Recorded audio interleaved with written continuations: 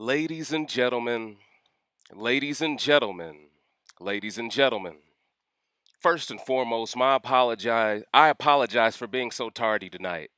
Understand there were some extenuating circumstances out of my control that I will get into deep context about later on in this rant, but understand production and casting at CBS, they gaslighted black men, black America something serious tonight. I've never in my wildest dreams could imagine that we'd be back in the Stone Age so quick, and these people would be this outright directly disrespectful and bigoted. What you need to understand, ladies and gentlemen, is last year, during Big Brother 23, when Xavier won this game, a lot of black men took that championship home, and boy, we were happy about it. A lot of people couldn't understand why we were so happy.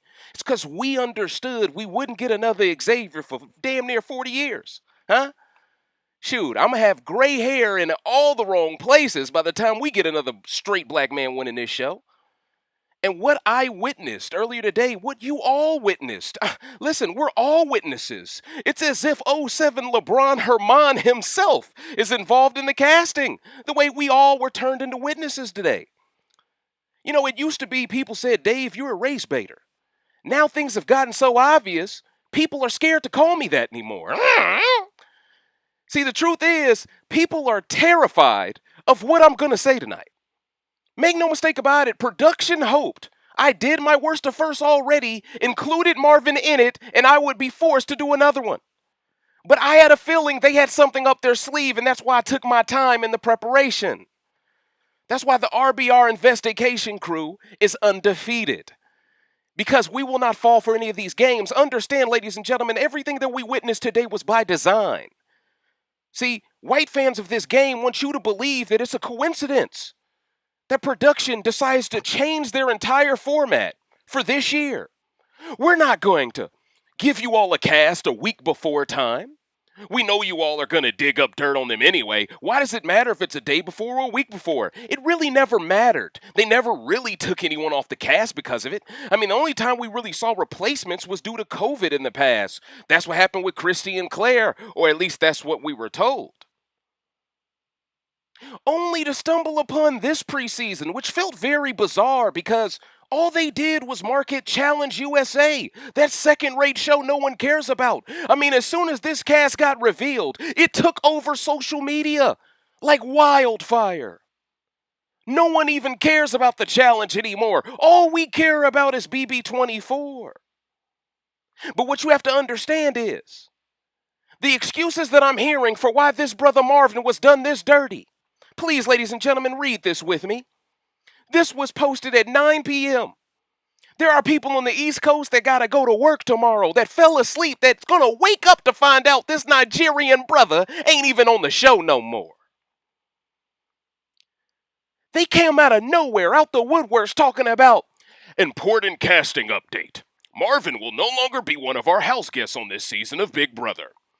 We're excited to welcome Joseph, a 24-year-old lawyer that's not black from Lake Worth, Florida, to the BB24 cast. And if you look underneath this tweet, it's so funny.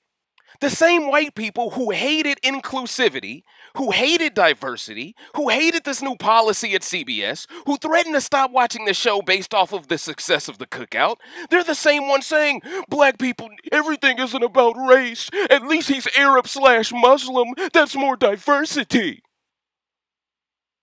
But these are the same white fans that would have threw a fit if he had come to replace one of the 4 white men. Actually, it might be 5 white men on this cast. Let me take that back. Think about that for a second. There are 5 white men on this cast, but they couldn't give black men 3.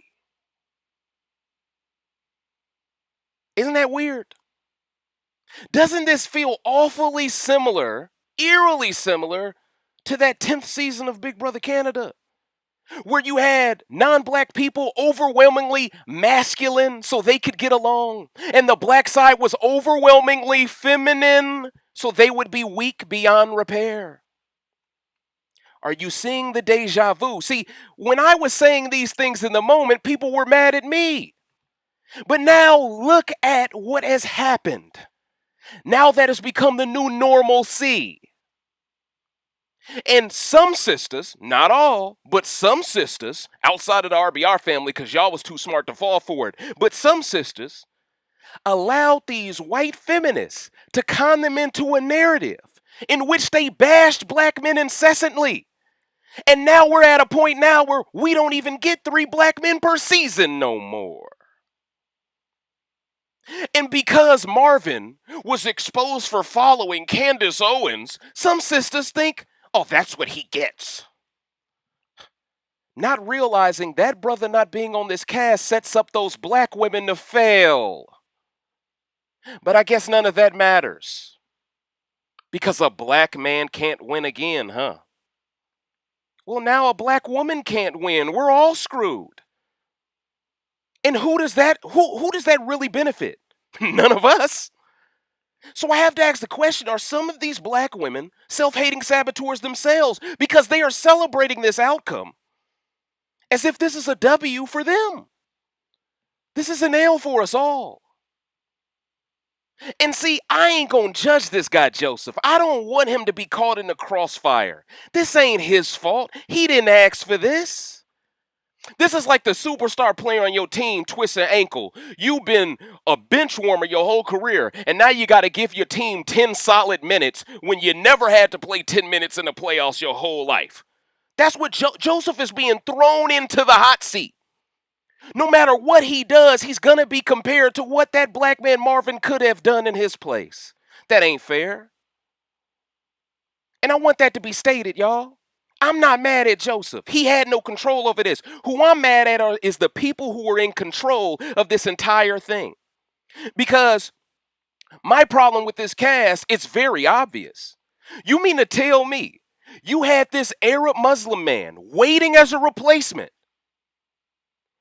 but you couldn't just make him one of the first selections for the ready-made cast and made one of those 5 white men a replacement?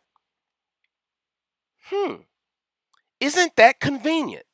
Isn't that quite convenient?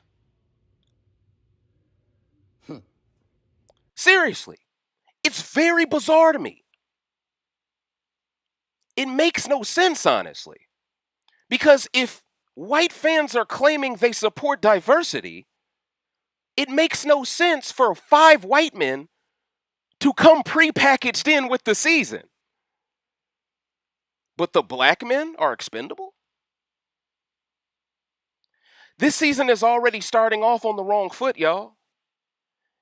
And see, there are a lot of players who are taking residual damage from Marvin not being there.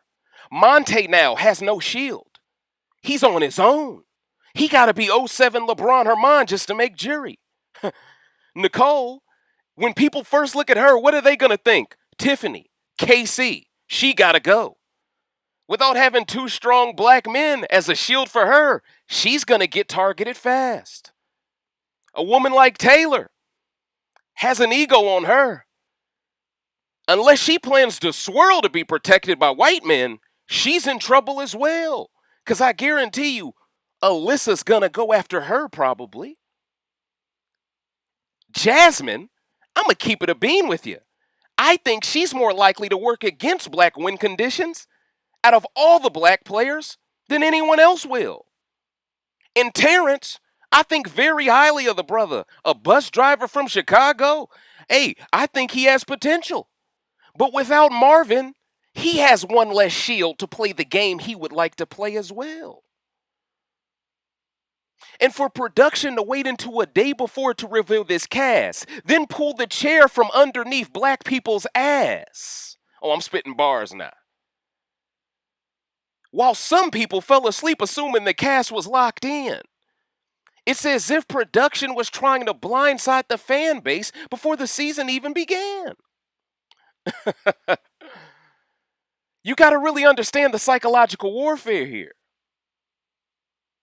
There are so many black players with pre-game strategies that if Marvin was on this season, they would score highly. But without Marvin, a lot of their pre-game strategies can't work. Understand, because Joseph replaced Marvin, I had to reassess the entire scoring system of this season, especially for the black players, because all of them took residual damage, and all of the non-black players, Their score went up higher because there's no Marvin to take out. There's no Marvin to overcome. So when we get into this worst to first cast assessment, that is based off my recency bias radio exclusive scoring based ranking system, I need you all to understand. This is my opinion based off of how these black players have been set up to fail. If Marvin was on this cast, the scoring would be a lot different, so I have to provide that disclaimer to explain what we're about to get into. All right, enough for the code opening. Let's get into it. Y'all stayed up all night for me, and I'm going to bring that heat. 16th place on the worst to first recency bias radio exclusive scoring based ranking system is none other than cringy Indy Santos, okay? Listen, even if Marvin not being here sets black folks back, the odds of this woman playing a great game is still impossible, okay? Literally, she gives me JC Sam BB20 vibes. She feels like a player who's a gimmick, who is designed to make the people of Brazil want to watch more U.S. Big Brother. She is a marketing tool, basically. I believe she's a plot device. She's going to be weaponized by production to push someone of their choosing, their apex pet, further into the game. I believe that without a doubt, coach.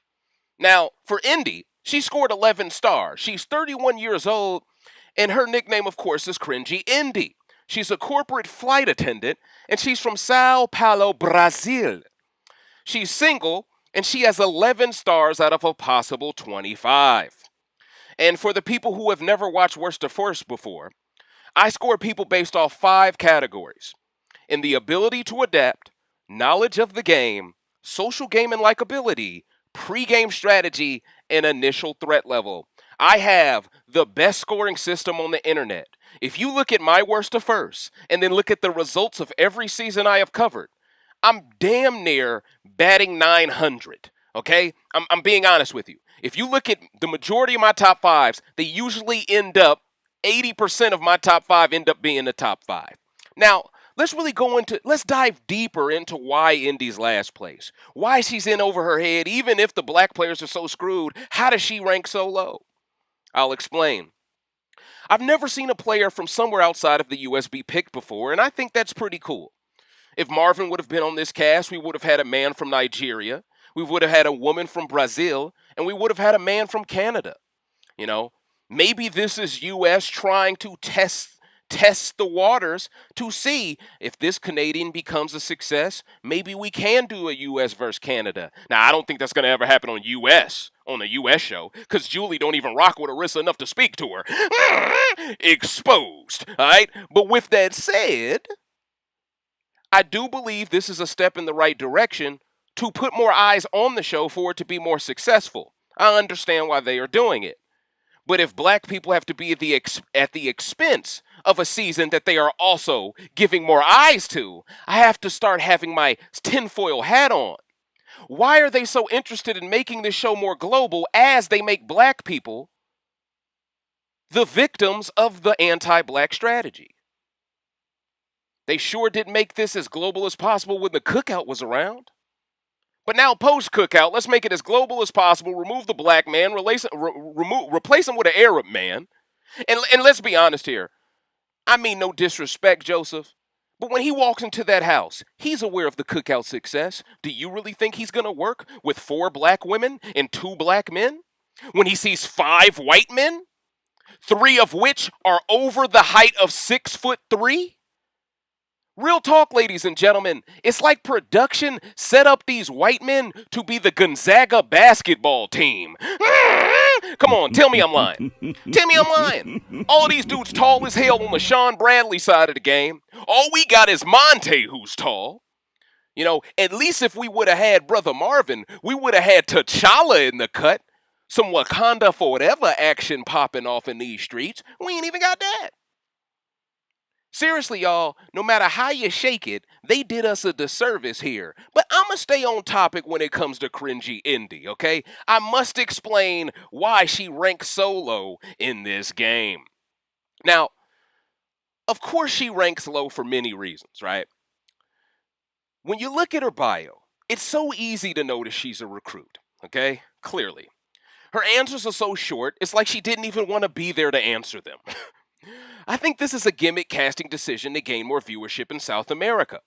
She appears to be very religious, which could hurt her game or help her relate to players from different walks of life. She also doesn't care how she is perceived, which is endearing to a degree, but it shows me she could be very tone deaf as well. Indy doesn't want to work with anyone lazy in the house, but who is really lazy in a game where you were stuck in the same house for 80 days? I can see her rubbing people the wrong way quickly and being an easy first boot, but if she's really placed there as a plot device for production to push someone further, most likely they'll talk that HOH into not targeting Indy. Oh, she's such a weak player. Don't go after her. Target a black woman. Or if a black woman's in power, don't go after her. Target one of these non-white women. Go after Paloma instead. I could see production doing everything they can to keep her around to make jury. I can just see it, but let's continue. Indy even admitted the other players could dislike her because of her straightforward personality. Then when asked if she would flip or go with the house, she said she would help everyone else because there's more to the game than winning. Because of the game of life. This chick sounds like a plot device.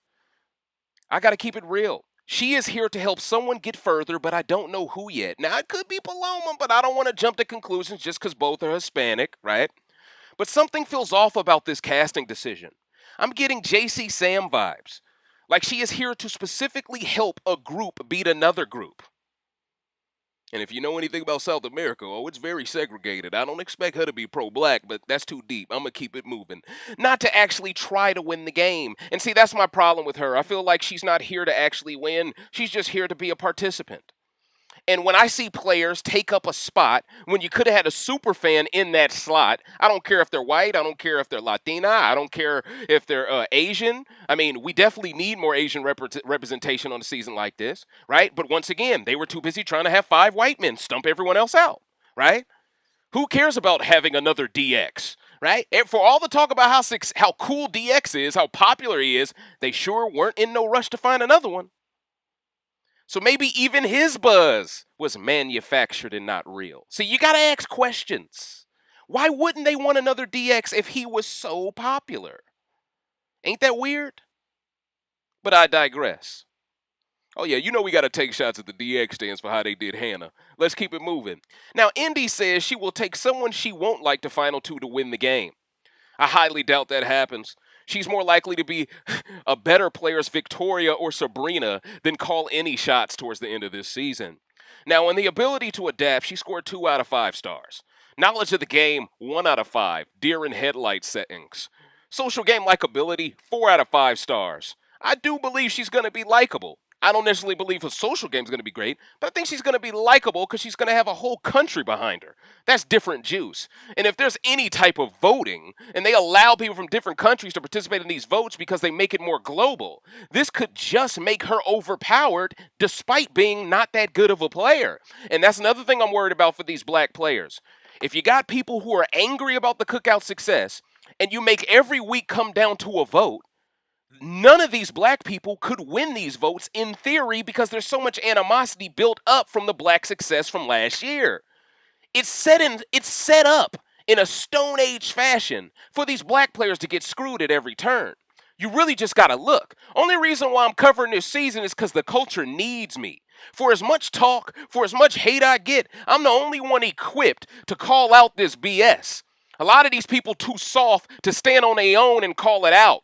They want to network with all these non-black people that celebrate these anti-black shit, all this anti-black stuff. They don't want to hold those people accountable for liking this stuff. In fact, some of these people are happy Marvin's out of the season. So you got to understand, we got self-hating saboteurs in our midst that are also Taylor fans somehow. It's weird what's going on here. But that's why, ladies and gentlemen, no matter if you love me or not, I'm always going to be the one to bring balance, ladies and gentlemen, because I'm the pirate king in these streets. Kaizo cool. You feel it, dig me. Now, in pregame strategy, she got a 2 out of 5. Initial threat level, 2 out of 5. I don't think anyone's going to target her early unless it becomes a battle of the block situation or something where we run out of nominees or something, and then you're like, okay, well, you got to throw her up now. We don't have a choice. That's really the only chance I see of Indy not making jury. I think someone like her makes jury, even though she scores low. She scores low because she's not a good player. She has no chance of winning, in my opinion. But unless it becomes a global vote who wins the game too, unless it turns into BBUK, I don't see her having any way of winning this season. But that was 16th place, ladies and gentlemen, to Indy. We've already took too much time on her. I think she will be irrelevant in terms of the strategy of this season. I think a lot other players are going to dictate this game. And that's what brings me to 15th place. The woman who I think is going to set black women back possibly. Because the way she puts her words together, the way she has no idea what she's talking about, she's basically the black Indy. It's none other than Jasmine Davis. I honestly don't understand this casting decision. I really don't get it. When we already have Nicole, when we already have Taylor, when we already have Ameerah, Jasmine feels like someone who's designed to be the female Josh Nash. She feels like someone who's designed to be the female Todrick Hall. Something about her don't seem right to me, y'all. I'm getting a bad vibe off her. I'm getting a bad vibe, and I'll explain why. Now, her nickname is Zatanna. Because if you don't know anything about DC Comics, Zatanna turned on Batman once upon a time. Turned on his entire family. And I believe she could turn on the black family this season. She's an entrepreneur from Terry, Mississippi, so she's going to have that down south twang to her. It's going to be good to see a black woman from down south because we don't get many of that archetype usually. But with that said, if all she is here to do is set black women back by engaging in buffoonery, y'all could have saved that. You feel what I'm saying? Y'all could have saved that. Y'all could have had another black man in that place. I'm being honest with you. And I'm not trying to be divisive in terms of saying black women don't deserve one more person. But what I am saying is, if black men had one more person, the other three sisters would be in a much better spot. I don't think Jasmine is going to offer much to those three sisters in terms of pushing them forward into the game. I don't believe these white women are going to ever target a Jasmine before a Taylor, before an Ameerah, before a Nicole. I just don't see it coming. Because when you look at Taylor, you see a girl who might rub these white women the wrong way because she might think she's better than them. When you look at Ameerah, you see a girl who's the finest on the cast. Everyone going to be a little jealous of her. When you look at a woman like Nicole, you can't help but see Tiffany. So, Jasmine's one of the few women on this cast where she don't remind you of no great black woman that's played this game. And that's going to help her be dragged before these other black women, in my opinion. But with that said, she still don't know what she's doing, and that's why she scores so low.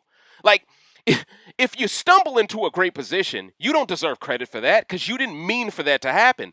I believe her and Indy are going to stumble into a lot of great positions, not knowing what to do with that pivoting prowess in the first place. And that's why they're both last place. Well, they're both the last two places.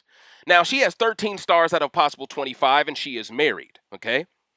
Now, I'm getting big recruit vibes from Jasmine. I mean, feels like production needed one more black woman to fill a quota and didn't care if she was a super fan or not based on her bio.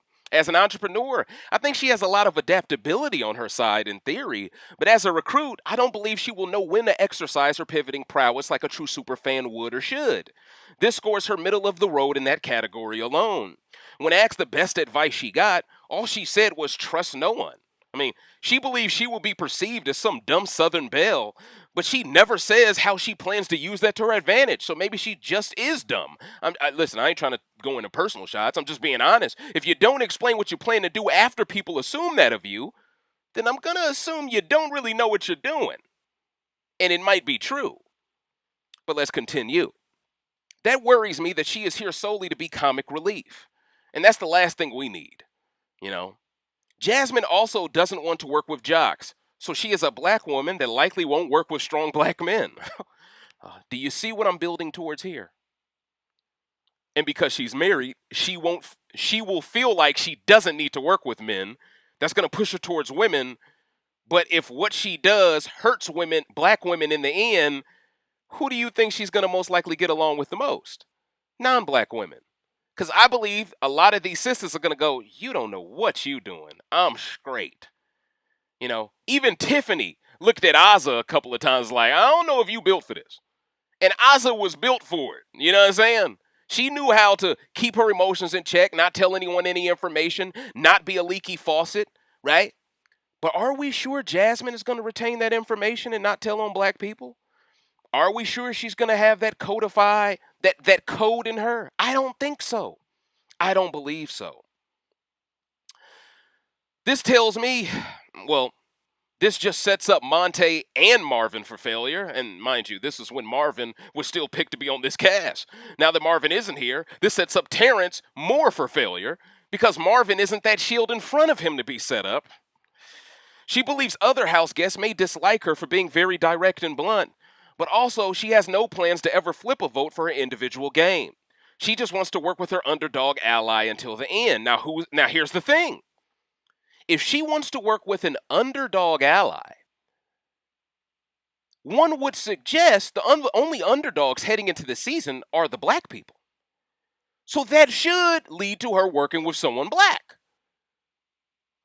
But will she view the black side as the underdog side if she's a recruit coming off the Cookouts win?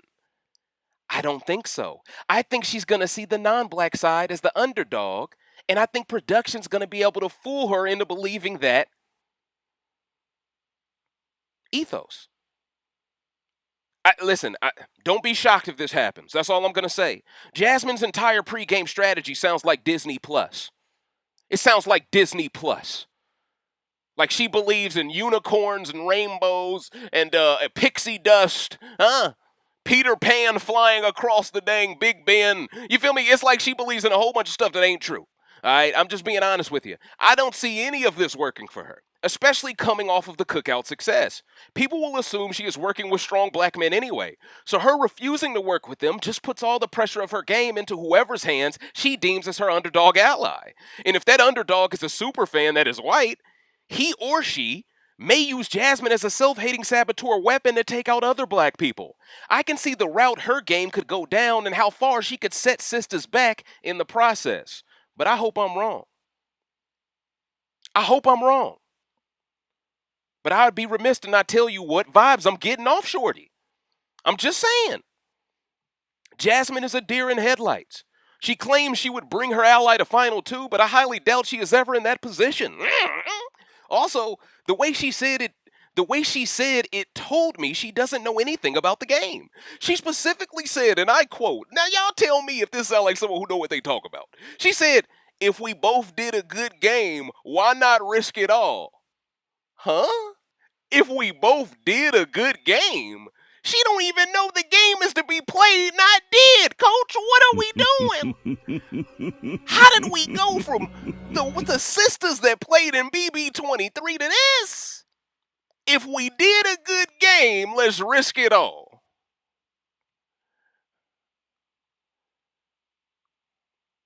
Sisters, be careful what some of y'all wish for now. Y'all said men are anti-women. I hate all these men. Yada yada. Okay, y'all finna have the buffoonery placed on black women now. And now what? Now you become the brunt of the joke? Didn't you love it when black men won, but black women had the respect of being viewed as great players? Was it that bad just because a black man won? Seriously. Now we got the Jasmine Davises of the world setting y'all back,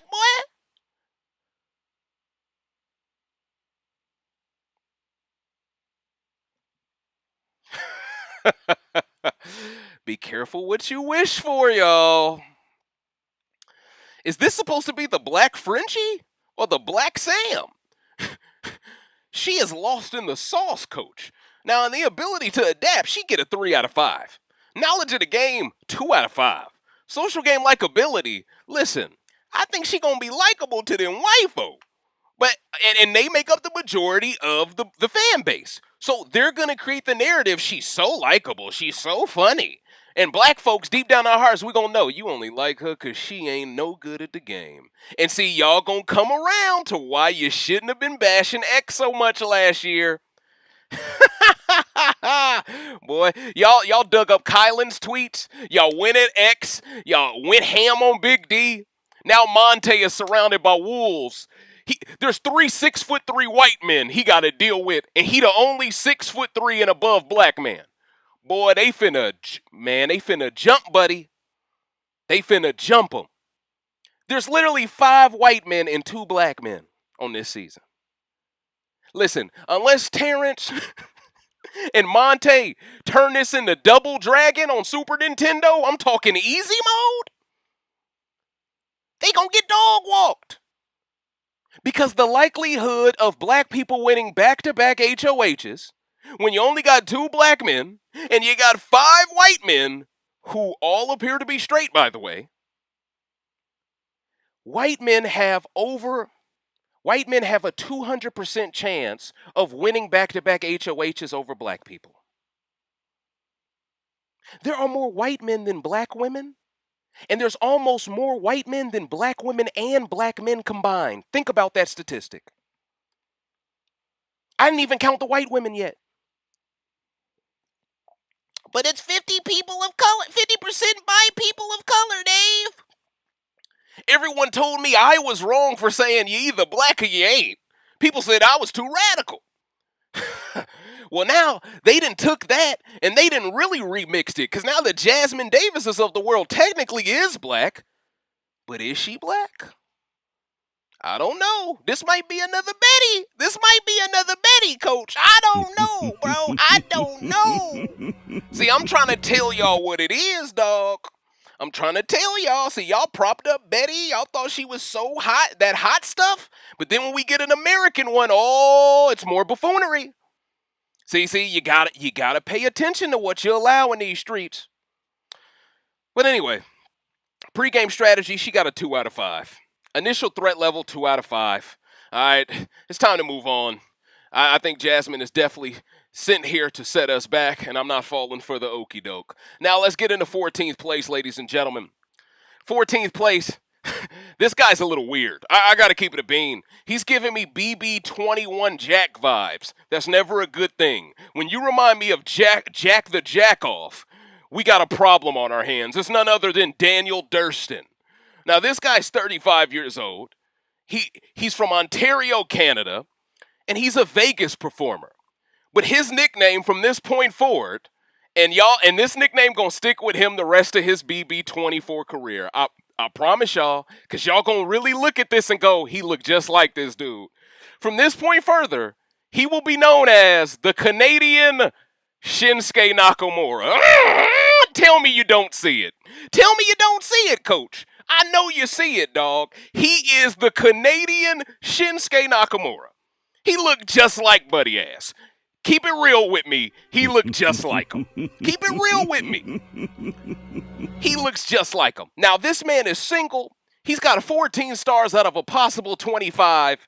I can't tell if he's straight or moist. He's a chameleon in these streets, coach. He's a reptile for Mortal Kombat. Remember the first movie when Liu Kang stumbled into that area and all of a sudden, reptile. He was a statue and then he started going ham on him.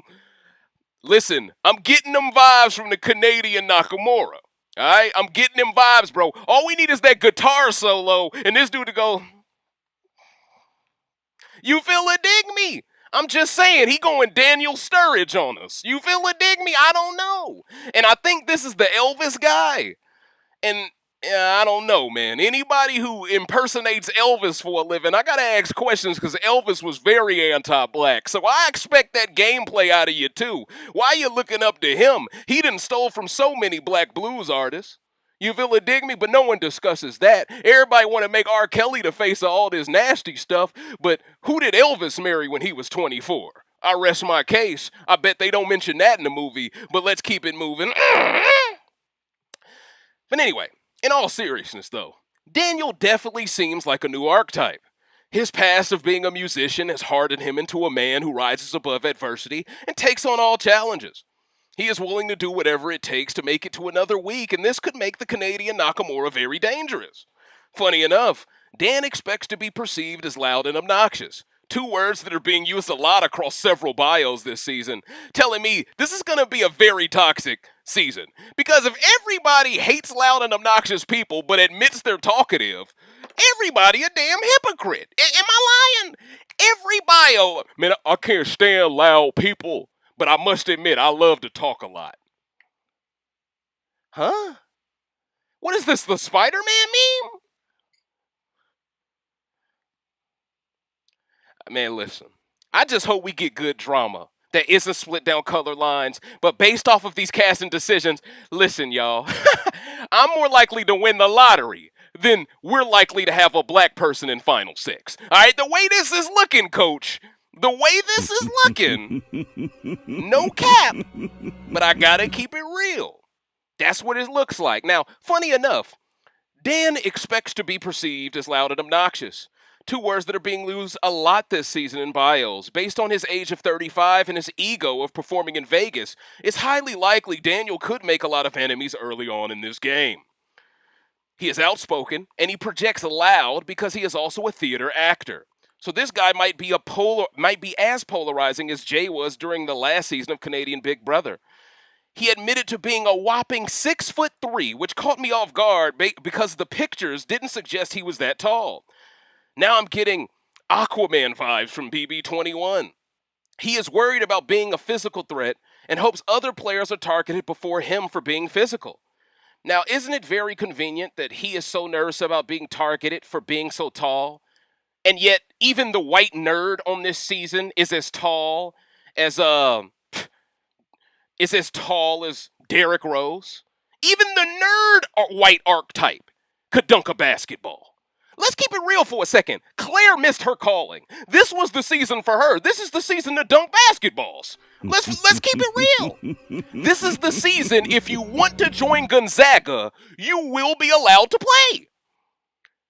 This is the season for the Indiana Hoosiers, Coach. Let's really talk about it. This is the Indiana Hoosier All-Stars. Where's Gene Hackman at? Let's talk about it. Come on, dog. Are we building a basketball team or a Big Brother cast?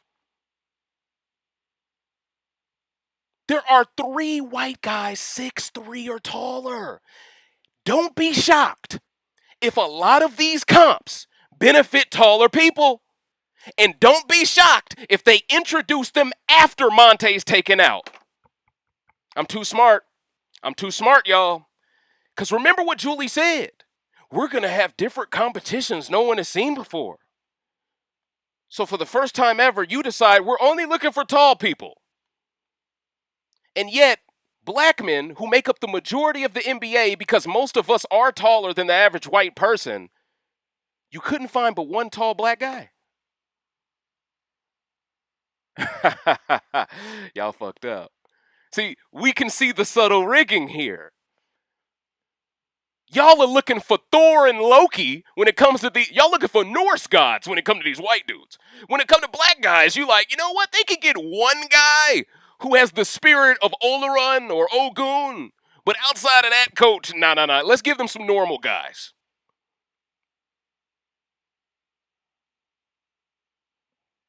Gotta really look at this, y'all. This looks really lopsided. BB Can 10 hid the lopsidedness a little bit. This just looks overwhelmingly lopsided. I mean, damn. Like, real talk. This is like an AAU team playing against a rec league team. The way they're stacking it up. But let's continue. He is worried about being a physical threat and hopes other people are targeted before him.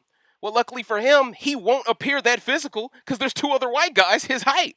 And there's a black guy his height. And that black guy, his height, will always be a bigger threat than him. So, in theory, this guy could have 3 shields in front of him. 1 black and 2 non-black. But with that said, I do believe he still deserves to be ranked as low as he was ranked, and I'll explain why. My anti-black radar is going through the roof here, especially if this guy moonlights as Elvis. Ironically, he doesn't even want to work with people similar to himself because he doesn't like loud people and fears they would hurt his game. By that logic, why should anyone work with him? He also seems to have a problem with alpha males, telling me he could be moist because straight men should want other strong straight men as shields. It appears Daniel's strong sense of humor is something very divisive because he is very cognizant of how it could make or break his game. The Canadian Nakamura hopes after the first couple of days, people will grow to like his unique form of joke telling. Going to be interesting to see if he butts heads with someone like Marvin, who's a comic. Oh, that's right, we no longer have Marvin to be the funny black guy, huh? So now this sets up Daniel to be the only funny guy.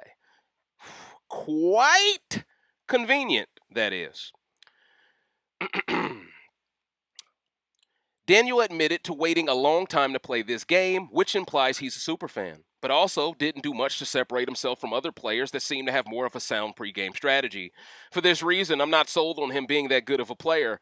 I think he will play either anti-black or anti-men, and it feels like his inclusion is production trying to please women who hated Big D for not playing for women. Daniel seems to be the new Big D, all these misandrists wanted. Only time will tell whether they regret complaining so much about Big D or not when we see how Canadian Nakamura actually plays. He plans to take who he can beat to Final 2, but once again, I don't know if he's going to make it that far. In the ability to adapt, he gets a 2 out of 5. Knowledge of the game, 4 out of 5. Social game-like ability, 2 out of 5. Pre-game strategy, 2 out of 5. Initial threat level, 4 out of 5. For a whopping 14 out of 25 stars. All right, he didn't score that well, and for good reason. I think he's going to be quite divisive, and I don't think he's going to be the leader of any group he's in. Now, let's go ahead and get into 13th place. This is going to be a controversial pick here, but I think based off Marvin not being on this cast, based off this lady's ego, I think she's in for a rude awakening. I think the Shadow Realm may await her pre-jury, and I think she's going to be another one production tries to rig an AFP vote for to make black women feel okay with her departure. 13th place is Taylor. Hale. Listen, I'm going to be honest with y'all. I'm not here to pander or placate. I'm here to tell y'all the truth. Out of Nicole, Ameerah, and Taylor, she's the weakest link among the group. Because she does not acknowledge the mistakes Tiffany made, and she believes Tiffany being the best strategist is why she went out first among the cookout and final 6. She doesn't realize Tiffany being self-absorbed, going out of her way to win an HOH she made a deal to throw, is why everyone turned on her in final 6. Instead, she has compartmentalized this as because Tiffany was the best player, she was turned on in final 6. That's not what happened. Tiffany put Claire above the other 5 members of that alliance. She did it multiple times. She promised Big D secret HOH and gave it to Becky. That pissed off Big D. Then she promised to throw the HOH to Ozza or Kyle and didn't throw it to either one of them because she wanted to make history, which made X lose faith in her forever. Now when you lose X, you lost Big D, you've been treating like Ozza like crap all season. Now only really Kylan and Hannah are in your corner, but you just lied to Kylan. Now he's willing to flip on you.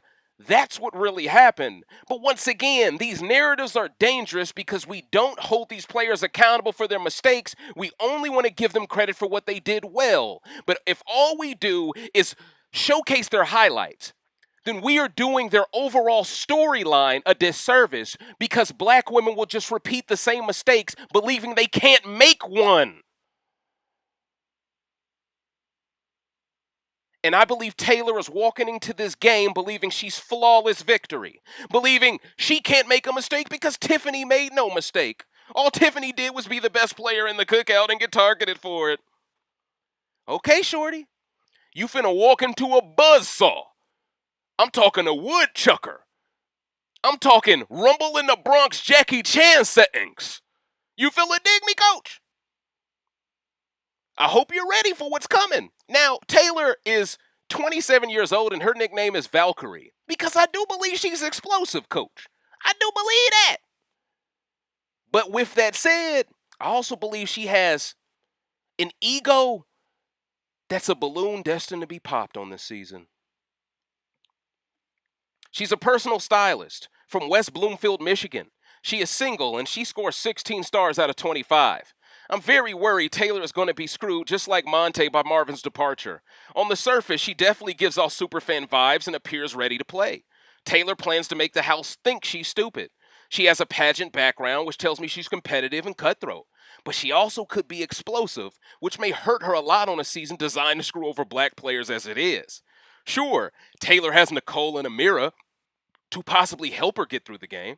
But Jasmine is that wild card among all these sisters that I think was placed on this cast to possibly be a self-hating saboteur archetype that ruins it for all of them. Taylor assumes people will assume she is there for a showmance because of her hair, makeup, and tight dresses. Like, when I heard this, I said, huh? They'll assume I'm here for a showmance because I look so good. I mean, that puts a lot of men off hearing a comment like that. Like, how about people will assume you're here for a showmance because you're a great person? How about that? Because you're a great player. How about that? If you're a bad player, ain't no guy gonna want to be in a showmance with you. Because he ain't gonna want to go out next to you. And he gonna go out before you because he a man. So, at the end of the day, her mind is already on 13 different things. And when Marvin's already off the cast, that means what? Production is setting her up to fight Ameerah over Monte? That's what I don't want to see. I don't want to see no Jerry Springer action on my TV screen. So what does this set up? Her to push for swirling instead? Oh, we're turning into BB Can now? Listen, I can see all the directions this turns bad. I can see it. But just like a lot of players, please believe, even if she's a horrible player, people will act like she's good just because they find her attractive. And that is where I got to go a different direction. All of this was a bit off-putting and pretentious, considering how there is only one single straight black man on the cast. Did production do this to incentivize more swirling, or did they do this to make black women fight over a black man to set sisters back years? All of these questions come to mind. It's rare we get two attractive sisters on the same season. Let's be real with ourselves for a second. It's rare. I mean, let's be real. Azah and Hannah were both very attractive, but Hannah was a little younger, okay? Azah was more so older, okay? And even Tiffany was attractive for her age, you know what I'm saying? But 9 times out of 10, it's very rare you have two black men, straight black men, single, ready to mingle, attractive, two straight black women, single and ready to mingle, attractive, and the opportunity for two black showmances on the same season. You got to understand, the reason why production did not replace Marvin with a straight black man, they didn't want to run the risk of two black showmances somehow pulling off the impossible. Back-to-backing, HOHs, and all of a sudden, they taking out 5 white men in a row. It's looking like Celebrity Big Brother US Season 2 in this mug, and everybody's shell-shocked. They ain't want to risk that biscuit. So they say, hey, yo, Joseph, come on in. We wouldn't let you be on this cast over a white man, but you could be in this cast over a black man.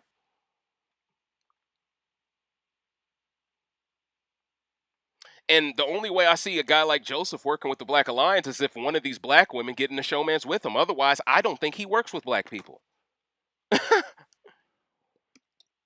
So we could basically count him as the 6th white man going against the black folks. I'm telling y'all, man, this is going to be final reckoning type stuff, man. The Day of Reckoning. Great wrestling video game, by the way, Day of Reckoning. But let's continue. You don't think production purposely replaced a black man with a non-black man to keep that from happening? 2 black showmances on the same season, I mean. Think about it. To this day, we haven't had a showmance in 23 seasons outside of Swaggy C and Bailey. So clearly black love isn't a priority. It appears Taylor doesn't even want a showmance. She just wants to flirt and play a hardcore-based game, which is fine. She believes she can prove there is more to women than what's on the outside by outwitting everyone. But she kind of made the first half of her bio all about how she looks, so that's a contradiction as well. Make it make sense.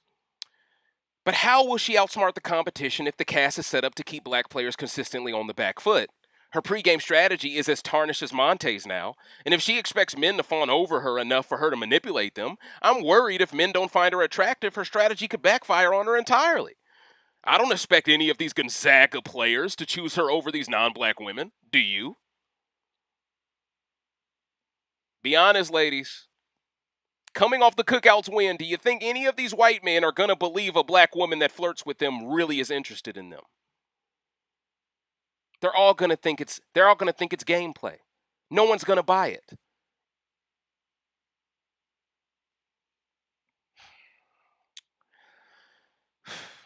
Every white guy is going to assume he's being played, which negates Taylor's ability to extract information as a flirt by swirling. At best, she can be another Zakiya, maybe. I mean no disrespect, but Zakia is a whole nother level of fine, and at the worst, she crashes and burns and gets clowned by white America for thinking she could pull a white man in the first place. These are scary hours. I think black women fell for feminist talking points during BB23, and it has set us all up to get embarrassed this season. But I'm going to tell you this, black men ain't going to be as embarrassed this season, because we don't outnumber y'all. It's twice as many of y'all as it is of us. We have less expectations this season, plus we already won last year. We're okay. All the pressure's now on y'all to succeed. Y'all have told these white folks you hate us, so now it's less of us, more of you. So go out there and prove you're better than us.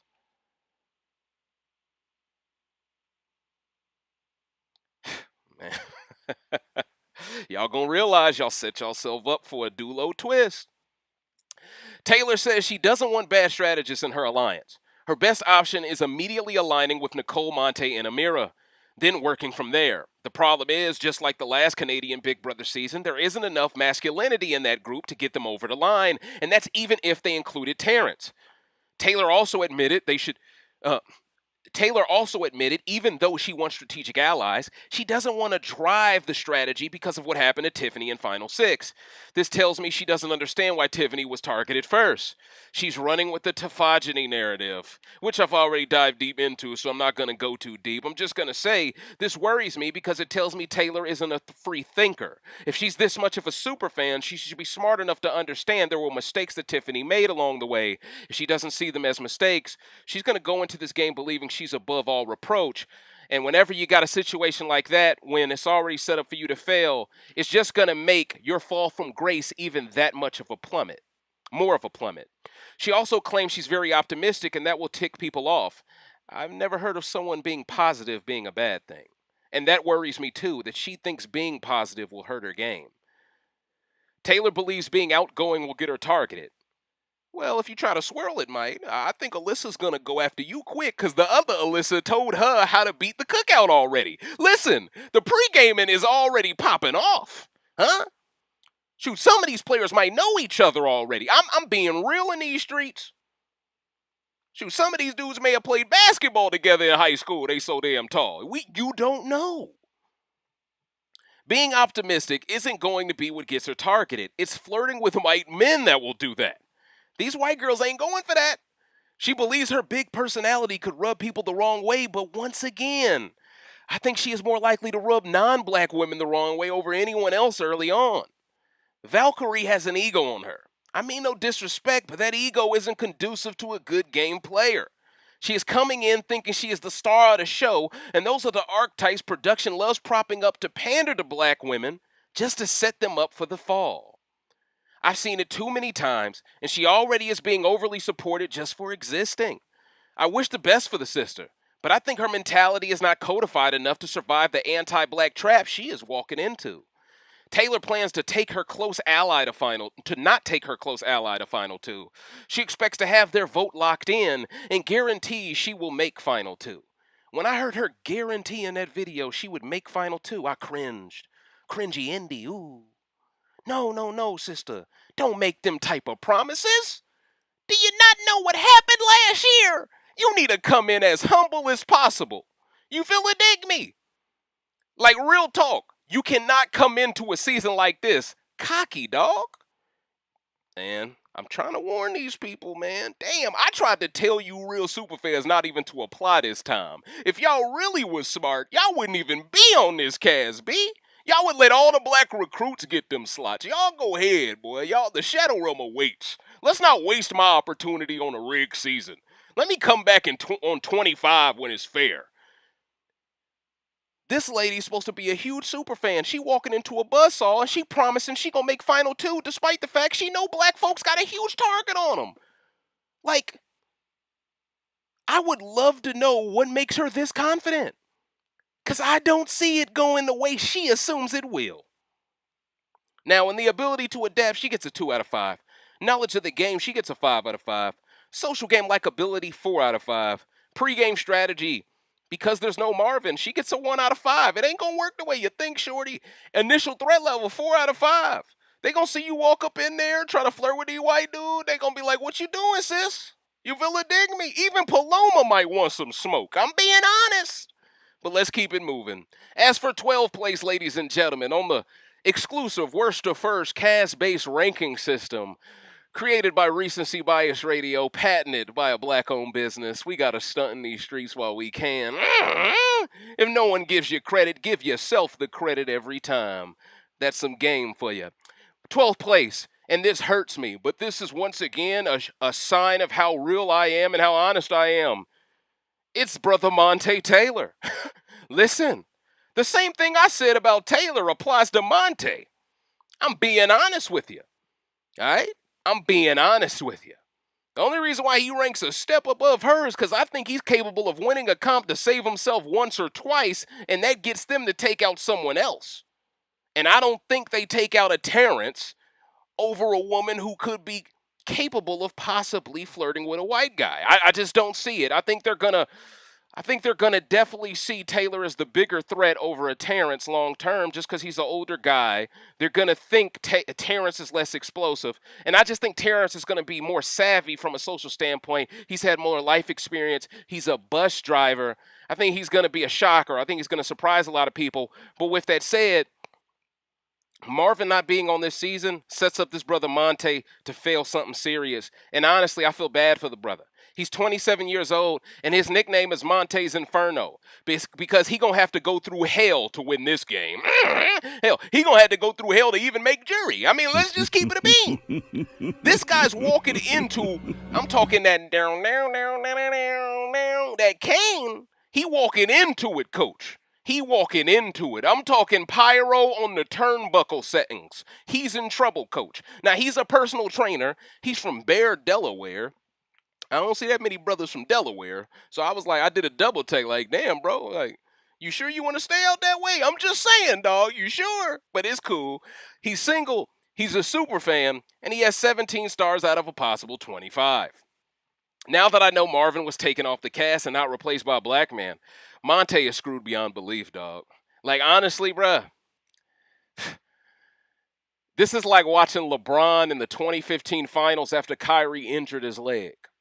All he got is Matthew Dellavedova in the cut, going through 18,000 screens, getting injured by dirty Draymond every game.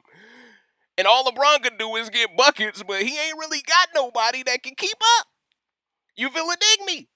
Monte is going to have to be 07 LeBron Herman just to make this jury. He's going to have to be so superhuman in his gameplay implementation. He cannot afford to throw a single comp. This guy has to go balls to the wall. Great balls of fire. He going to have to go crazy. It's the only way. And even then, he still needs other black people to win comps to back him up. And that's what Herman didn't get, that support. That's why Herman was the first jury boot. So even if Monte wins comps early, manages to take out one or two white dudes, he's still got 3 more to deal with. It's like, damn. Meanwhile, these white dudes, if they just get out Monte, they literally only have a 40-year-old man to deal with.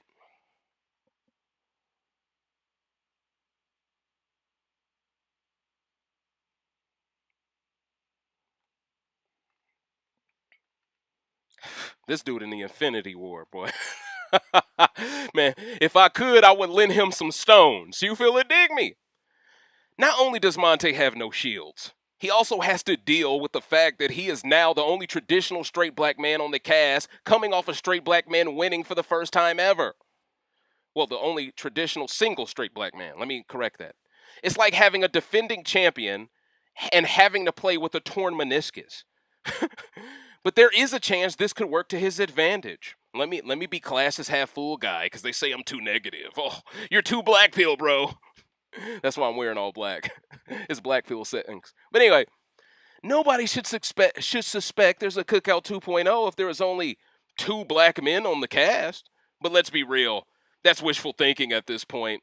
Because with one less strong black man in the game, players like Ameerah and Taylor are screwed as well. Now the white women have way more control on day one than any black woman does. Marvin's removal is sending shockwaves through the game before it even kicks off. I'm seeing white folks claim this is so great because Joseph brings more diversity. These white folks love diversity when it's at the expense of someone black. Pay attention. But let a white man get removed a day before the season for any ethnicity other than white, and these same folks would have said, "Here we go again, another BB23. How many seasons do they need?" Sound like Blue's Clues in this mug. How many seasons do they need? I mean, damn, how many white winners have we had in 23 seasons, man? It's got to be damn near 50%. These folk act like they've been starving, coach. Literally, Misha Tate just won in January, coach. But y'all need 5 white men, 3 of which could dunk a basketball. I ain't even got into Matthew, the Mad Hatter. I ain't even got into him. His sister done aired him out on social media. Do your research. And we got an Italian from Staten Island, one of the most segregated boroughs in New York City. When I tell you these 5 white men were handpicked to be anti-black, it's like they hit up Marty over the phone and said, "Hey, can you let me know out of this lineup who you think has the potential to be young Martys?" And he was like, "Oui. I really like all the taller guys. They remind me of Kyle, who took all of the brunt of the blame for the shit I was doing all along. So pick those 3. Oui. And we need some crazy people. So go ahead and pick Matthew. Yes. He's got some Kevin in him. And we need at least one Italian, okay? If you can't find a Greek, find an Italian and make sure he's from a racist city. Yes. Black people, we give no pity. Yes.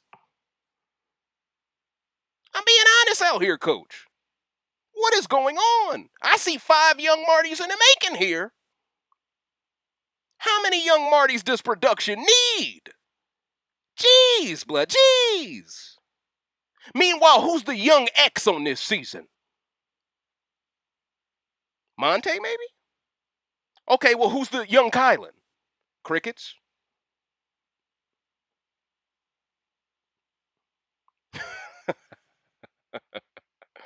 Come on, man. I'm seeing Cody Calafiore in one of these players. I'm seeing Steve Moses in one of these players. Imagine Steve Moses, that's 6'3". That's one of these guys out here in these streets. That's Michael. Come on, dog. You got the Canadian Nakamura. I mean, he's a new archetype, but come on, dog. This dude doing the Daniel Sturridge action, extra anti-black, but he flamboyant with it, huh? I might have to call him Flambeau Frazier. You villain dig me, coach. Call back. But with that said, I'm just saying, dog, when you really look at this cast, bro, they got ringers in the cut, bruh. They got ringers, bruh. It's almost like back in the day when I played rec league and there were certain kids who clearly were in high school that they let play on the 7th grade team. And they just dog walk us. And it's like, bro, how trash are y'all in y'all age group that you got to pick on these kids like me? Like, bro, get up there in high school and ball out. Like, what is this? But it happens all the time growing up. You see these kids who too scared to face people their age, and then they come down and play against kids 3 years younger, and they act like they got it like that. Do you got it like that? I got it like that. That's how these white fans are going to act as soon as a white winner is crowned this season, knowing damn well all of them are on easy mode. They're going to act just like they did when Kevin won. They're going to act like, "Oh, this is unprecedented. The show is back to its glory." Disregard the fact that they're all on easy mode. They never really had to sweat along the way. Disregard all of that.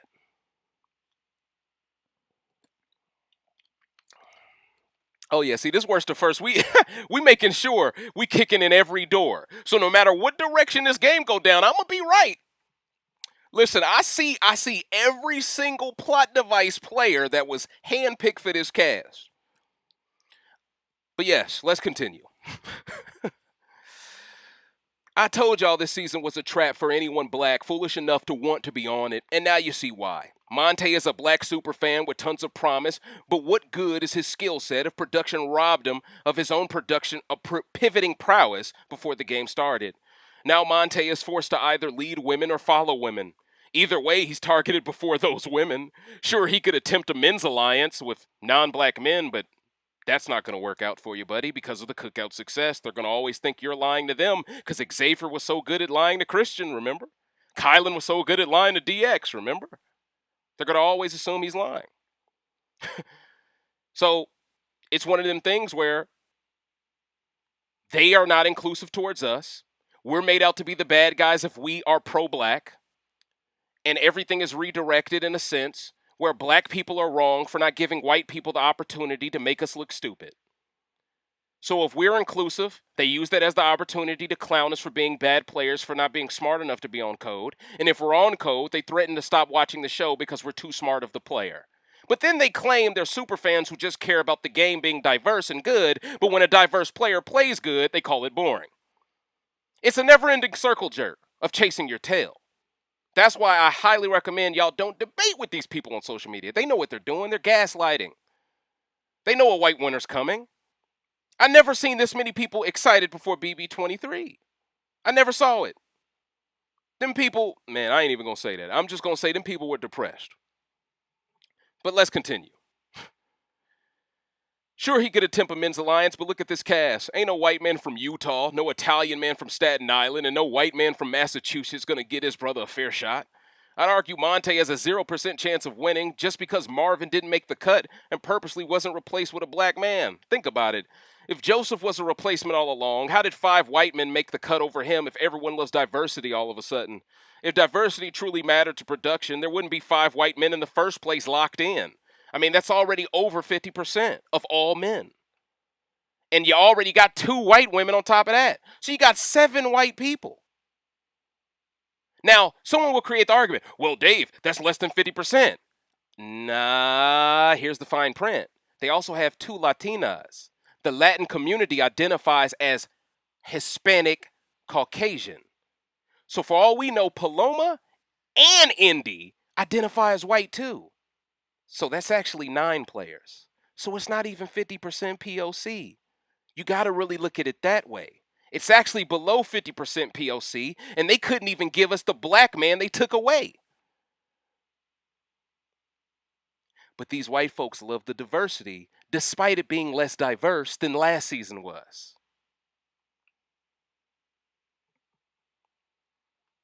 I'm going to debunk all of these narratives so y'all don't have to, okay? Just share this video. That's all you got to do. And see, all these people are going to rage quit from it because I'm telling the truth about them. And people don't like hearing the truth. That's why they don't like me, right? They want someone to tell you lies. Tell me lies, make them sound good. That's what they want to hear, bruh. They don't want to hear that real. They don't want to hear that gospel. And why did production wait until the last minute to reveal the cast? Why recruit a player who had ties to another network? Y'all couldn't find any other Nigerian man interested into your show? I call bullshit here. They did this at the last minute to limit the blowback of controversy before the premiere aired tomorrow. Well, really later today. Because I left it so late because they changed up the cast, which altered the entire scoring system. All of this was done by design by the powers that be that hated Xavier winning over Tiffany. And people wonder why I celebrated X's win so hard? Look no further than this cast and you'll understand why we rode for that brother the way we did. We'll be lucky to get another X in 50 years. You mean to tell me production didn't decide 3 white Alex Carusos were redundant? You mean to tell me none of those white men could be alternates? Clearly they want a white winner, and by adding an Arab Muslim to the cast, I argue that does nothing to help anyone black because a lot of Arabs also identify as white before black. Do your research on African history, and you'll understand what I mean. White folks ain't the only colonizers out here in history. So honestly, it's disrespectful to replace a native of Africa with an Arab anyway. But once again, this is something people don't want to hear because it's too truthful. But I'll speak up for you in the diaspora. I got your back because I know how dirty that is. I get it.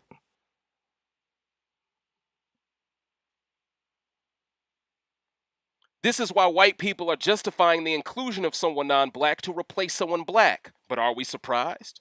We're talking about the same people that justified white actors being main characters in the Gods of Egypt film.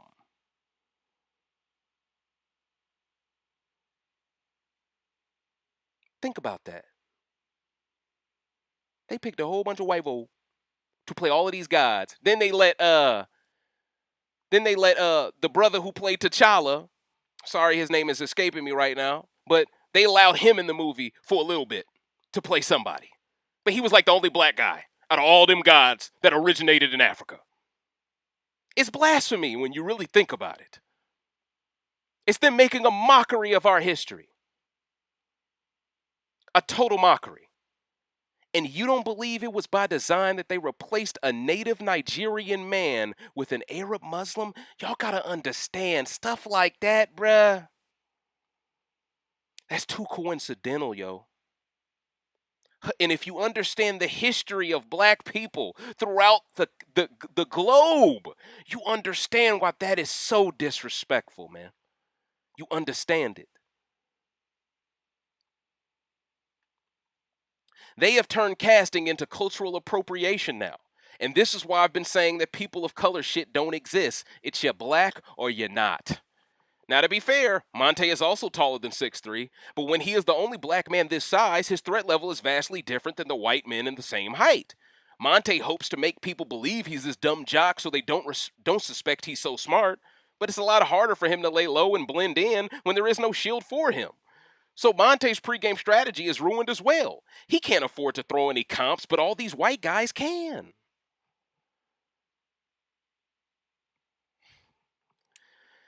Monte wants an alliance with the foundation of trust and loyalty, but with no man in the house for him to directly relate to besides Terrance, he may not find that strong alliance. The one saving grace is Monte also being an engineer just like Marvin. That intellect on top of his positive mindset should help him from ever blowing up, but if he is subjected to racism, I don't know if any brother could keep his cool under those circumstances. We saw a genuine, kind-hearted brother like Howard almost break furniture because he had to keep himself from losing it. And please believe, if him and Candace would have snapped and slept somebody and made them swallow some teeth, they would have been the villains of the edit. But because they decided to turn their other cheek, they get clowned as the people who weren't cut out for this game. And all the other people who benefited from racism, all of them get to act like, oh, we weren't racist. We didn't know what was happening. Shoot, you see McCray throwing Andy under the bus on social media. It's a whole bunch of people saying, hey, I'm not the most racist. You're the most racist. We're all racist, but let's all throw each other under the bus now to save face because we all want to come back one day. No one's falling for your game, McCray. All of y'all are problematic. All right? You can try to throw Andy under the bus, but he made his money. I see why you're mad at him. He made his money, and he outplayed you at the end. But you were one of the people who turned on, what was it, the moving company? You were one of the people who didn't have no backbone. You were the one who was sprung off of Amanda's badge. You were the one who was whipped to the highest degree, who couldn't stand on his square and back up Jeremy and them boys, Jeremy and Howard and Spencer. That was you. The game didn't have to be racist. You didn't have a backbone, so it turned racist. Let's talk about it.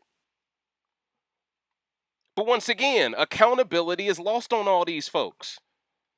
Now let's continue. So yes, the one saving grace is that Monte is very smart. Monte wants to play a straight-up game where he never flips on his people. I just hope his people actually try to win comps and don't abandon him like the Canadians did Herman. I see it as the most likely scenario. I want Terrance to have his back and expect him to, but they are just too outnumbered to logically make the end together. Only way one makes the end is if white folks have to eat themselves down the stretch because everyone else black is already gone.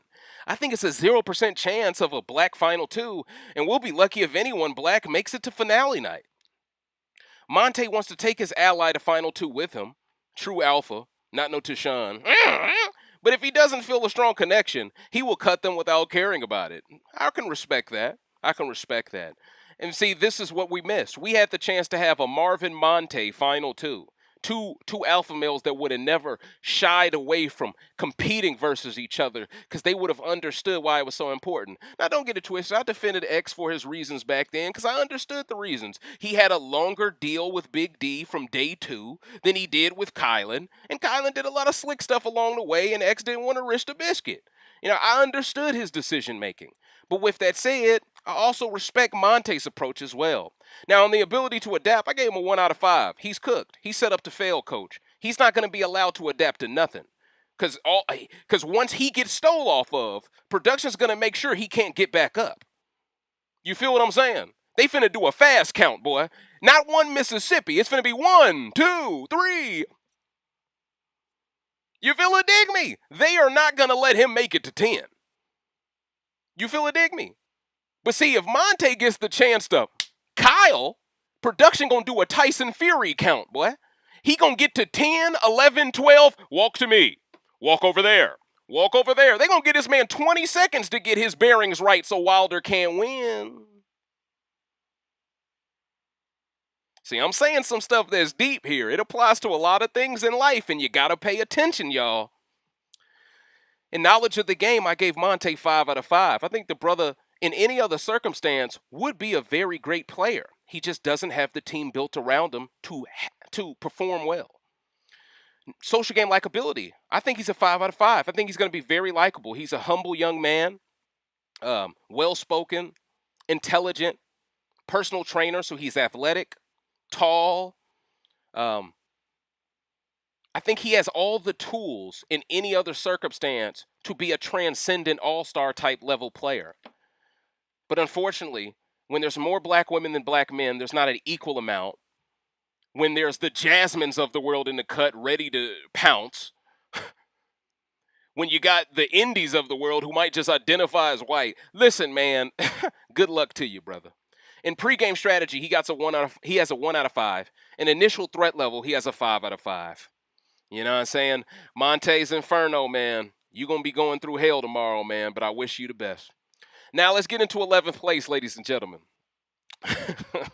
Wow, we only into number 11, and we already an hour and 15 minutes in. All right, like this is. I'm not letting nothing stay in the chamber in this one, man. I'm gonna make sure all my thoughts is there. That way, when the season starts, we can start with a clean slate. And I hope someone black wins the first HOH. That's all we can hope for, boy. Because if it starts off with one of these white guys with it, oh damn, woo-wee. But anyway, 11th place is none other than Nicole. Listen, Nicole Layog, I get it, okay? People see Tiffany. They see KC. She's a private chef who's a former cop. In theory, she has all these tools. But without them two strong black men as shields, them tools might go to waste. And that's what I'm worried about with her.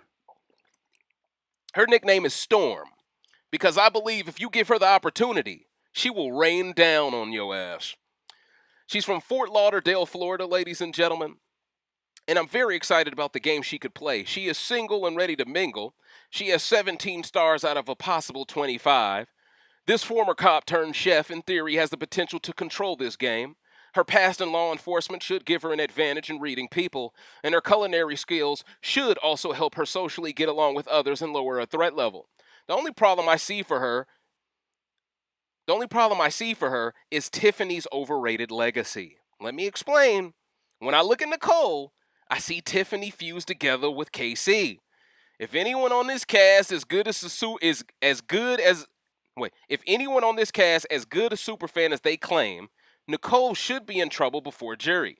Also, her being above the age of 40 means it may be harder for her to relate to the younger women on the cast that ain't black.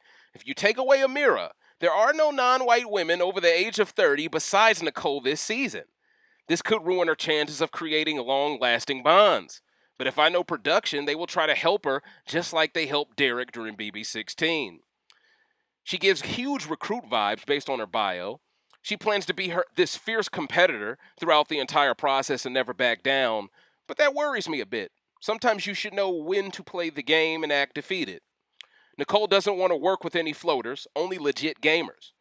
Well, good luck with that when the Jasmines of the world is ready to stab you in the back. Now, Storm doesn't know what people may dislike about her. I think she is in a good position on day one, but if anyone sees Tiffany 2.0 in her, she might get taken out before a black man simply because there are more black women than black men. A lot of sisters who bashed black men last year are going to see how screwed their faves are without us. My biggest wish is that Nicole works with Monte. They both need each other the most out of all the black players here. Sure, Terrance needs Nicole. Monte is in way more trouble than Terrance on day one, and Nicole is in way more trouble than Terrance on day one as well, especially now that Marvin is gone. What some black women don't understand is that Tiffany was only able to play how she played because Kylan and X were around. You take one of those brothers out the game, Tiffany's game ain't the same. This is my fear for Nicole. Someone with her skill set needs shields so she can gather intel. If she has no shields besides Monte, she has to play more carefully and take less risks. which in turn takes away her best qualities. It's like having Candace Parker on your team, but she has one arm tied behind her back. And when you add the fact that she isn't a legit superfan to the mix, Nicole is being set up as the first ever cop on a CBS show not to win anything. Isn't that quite convenient? That they would want to make the cop archetype seem overrated the minute it's someone black? I'm just saying, it's kind of weird.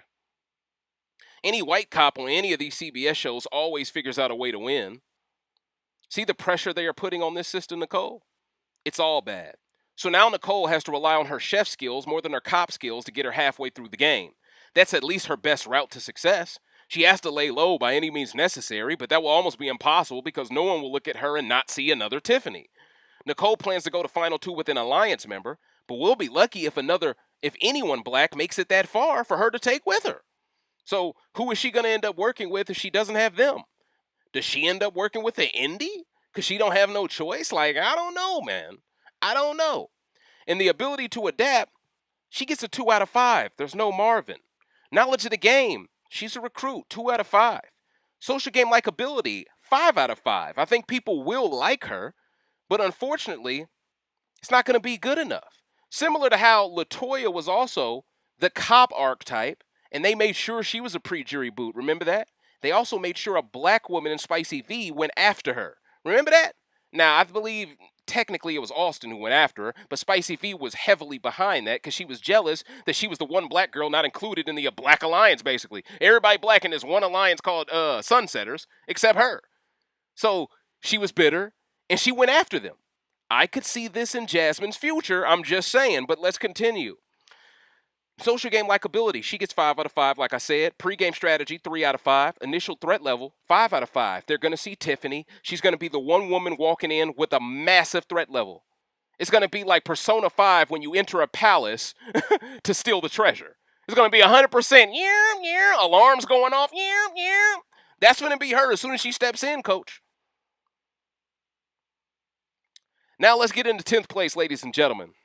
I've been waiting to talk about this guy because, man, oh man, his sister threw him under the bus something serious. She threw him under that magic school bus. It's none other than Matthew Turner, who is 23 years old. He's a thrift store owner from North Attleboro, Massachusetts. His nickname is the Mad Hatter. He is single, and he has 18 stars out of a possible 25. On first impressions, Matt doesn't seem like a bad guy. He owns a thrift store, so that tells me he is good at negotiating and doesn't believe used belongings should be thrown away if they could be given to the less fortunate. On the surface level, he's not so bad. But then you do some more digging, and his sister got on Twitter today, and she exposed Matt completely as a bad person. I mean, allegedly, when his sister Holly was jobless, Matt manipulated their mother into kicking her out the house, which made her homeless. Apparently, and allegedly, Matt also loves to use the N-word. But based on Holly's Twitter history, she also uses the N-word often herself. So maybe they both grew up in a racist family. An apple don't fall that far from the tree, coach. Let's keep it a bean. She out here doing the Spider-Man meme a damn self. My brother got on a cast before me? I'm jealous. Let me tell the world he's racist.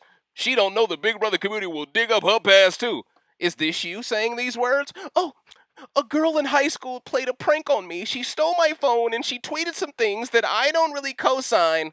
Well, how come you ain't delete those tweets since then? If she stole it and tweeted it. So them tweets been invisible to you until someone showed them to you. Come on, coach. See, now your entire credibility is in question. Now I can't believe if what you're saying about your brother is true or not. But because you are also probably bigoted, we have to assume he is too. And see, that's the thing. Production are picking specific type of white people. This is the reckoning. They do not want another cookout. They want to snuff out that legacy entirely, man. This is why a lot of black leaders, you see their offspring die in very mysterious ways. People fear the black messiah, y'all. Once again, I'm talking about something that's way too deep for people to understand on just the surface level. If that wasn't bad enough, his older sister also claims Matt has been spoiled rotten his entire life as a mama's boy while she was forced to attend the School of Hard Knocks. Also, it appears Matt tried to ruin the YouTube career of somebody named Mr. Beast, I don't know who this guy is, to gain clout for his own platform. I can't prove anything she is saying is true, But if what she says has any credibility, I expect Matt and Kyle to get along very well as they target black people this season. Now it makes sense why production and casting waited until the day before the premiere to reveal this cast. I think the action behind that clearly shows a premeditated level of deceit. Like they knew some of these white players were problematic, but they also didn't want anyone to raise enough of a stink ahead of time to get them replaced. If you ask me, production doesn't want another black winner based off this context alone. I mean, the fact that they can replace the black man because he's on America's Got Talent. But then these people are confirmed in some way, shape, or form as being racist, and they don't even contemplate replacing them with someone of color. It just goes to show, y'all want these white boys to stump these dudes out. Now, Matt sounds like he could be really good at the game because he is already so good at fooling others in his life into believing a facade. These are tools that could help him considerably to convince all the non-black people of a Cookout 2.0. And that could lead to another boring season like the one BB Can just had. His sister does seem jealous of him being picked for the show, so some of this could have been exaggerated and embellished on for shock value. But when you take into context that Matt is a white man from Massachusetts, I'm more willing to believe these allegations than not. I'm just saying. Have you heard about the Boston Celtics fans? I'm just saying. Have you heard of the Utah Jazz fans? I'm just saying. They found white people from all these places. Even the nerd is from Minnesota. Minnesota. Huh? He on the Fargo side of the game. They hiding bodies in the snow. I'm just saying what it is, and I ain't talking Chris Rock season. You feel what I'm saying? But anyway, when Holly got exposed for also being racist, she blamed it on that girl from high school. If Holly is willing to lie about herself to black people, she is also willing to lie about her brother. So take her opinion of Matt with a grain of salt, because clearly she is crazy, which could also mean Matthew is just as crazy. Only time will tell. As for the bio, the Mad Hatter thinks the best advice he got was that your network is your net worth. The guy sounds like he's trying to sell a self-help book. I can't tell, Coach. Rich dad, poor dad. I don't know what he's talking about. This means he plans to rely mainly on creating social connections to get him far. Matt plans to not tell anyone he owns a business and instead call himself an artist, which he thinks is believable based on how he looks. Deep down, he really wants to be a comp beast, though. And since we already know his sister is hating on him being picked over her for this show, it's safe to say he is from a family of superfans, making him one by default. Matt says he doesn't typically get along with alpha males. It makes sense for him to play this way because he wants to be the comp beast of the season.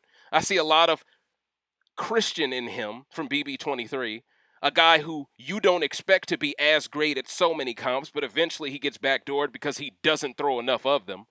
Even though he said that, he does seem open to working with other comp beasts because they are his shields. This tells me Matt is open to working with alpha males if he doesn't find them annoying, and with his passive possibly using the N-word, something tells me it will be quite predictable which alpha males he aligns with. I see Matt getting along with Kyle and Joe almost immediately. All of them seem to be similar and specifically looking to have chill personalities socially. Monte and Marvin are in deep trouble, but let me scratch that. Monte's in deep trouble, deeper than deep trouble. Deep Blue Sea, LL Cool J trouble. You feel what I'm saying? Now, Matt plans to flip even if it hurts his alliance, because he is here to win. He will cut whoever it takes to win. Man even forgot Cody Calafiore's name. Thought his last name was California during his video. I was like, whoa, is this guy on drugs? But anyway, in the ability to adapt, he gets a 4 out of 5. Knowledge of the game, 5 out of 5. I think he knows the game really well. It's remained to be seen whether his pivoting prowess and gameplay implementation is any good. I think someone in Matt's position, even someone in Joe's position, shouldn't be looking to knock out everybody black. They should be looking to knock off Kyle or Daniel and flip back and forth a little bit. Because in my opinion, if you just align with those 3 6'3" guys and you go to the end of the game with them, the Shadow Realm may await you next. Especially when one of them nerds is that tall. Damn. You feel what I'm saying? So, you got to play it smart here, but we'll see. Social game and likability, I gave the Mad Hatter 3 out of 5. Pre-game strategy, 3 out of 5. Initial threat level, 3 out of 5. For once again scoring 18 stars out of 25, ladies and gentlemen. Now we are on to 9th place. 9th place is none other than the new replacement, Joseph. Listen, man, I don't know much about you, Coach. You ain't got no video package out. I haven't seen no bio out. I tried to wait it out to get it. The website still got Marvin on it. It's like they're still trolling us of what could have been. It's embarrassing to a degree. And once again, I don't want it to seem like I'm mad at Joseph. He has no control over production not being shit. He has no control of it. He's just a guy who applied for this show trying to make the cut. They didn't allow him to make the first cut. They put him on standby to fly coach. And now he's on the plane because somebody decided not to fly. That's not his fault. That's on the TSA for specifically choosing the black man to kick off the plane and putting him in his stead. That's on TSA. That's on production. So I'm not mad at him for flying standby. I'd be a hypocrite to be mad at him. He's not in control of these circumstances. He's not. But with that said, his nickname is Six Man Joe because he's off the bench. Hopefully he can get some buckets. Go Lou Will. I don't know. He's a personal trainer. He's single. He's clearly a recruit because he wasn't first choice. And he gets 18 stars as well. And to give some transparency, that's what Marvin would have scored, 18 stars. Since he's replacing him, I just gave him the same score because technically speaking here, him coming into the game not being black, in theory, he should score the same, if not better, because of the circumstances. So I just left him at the same.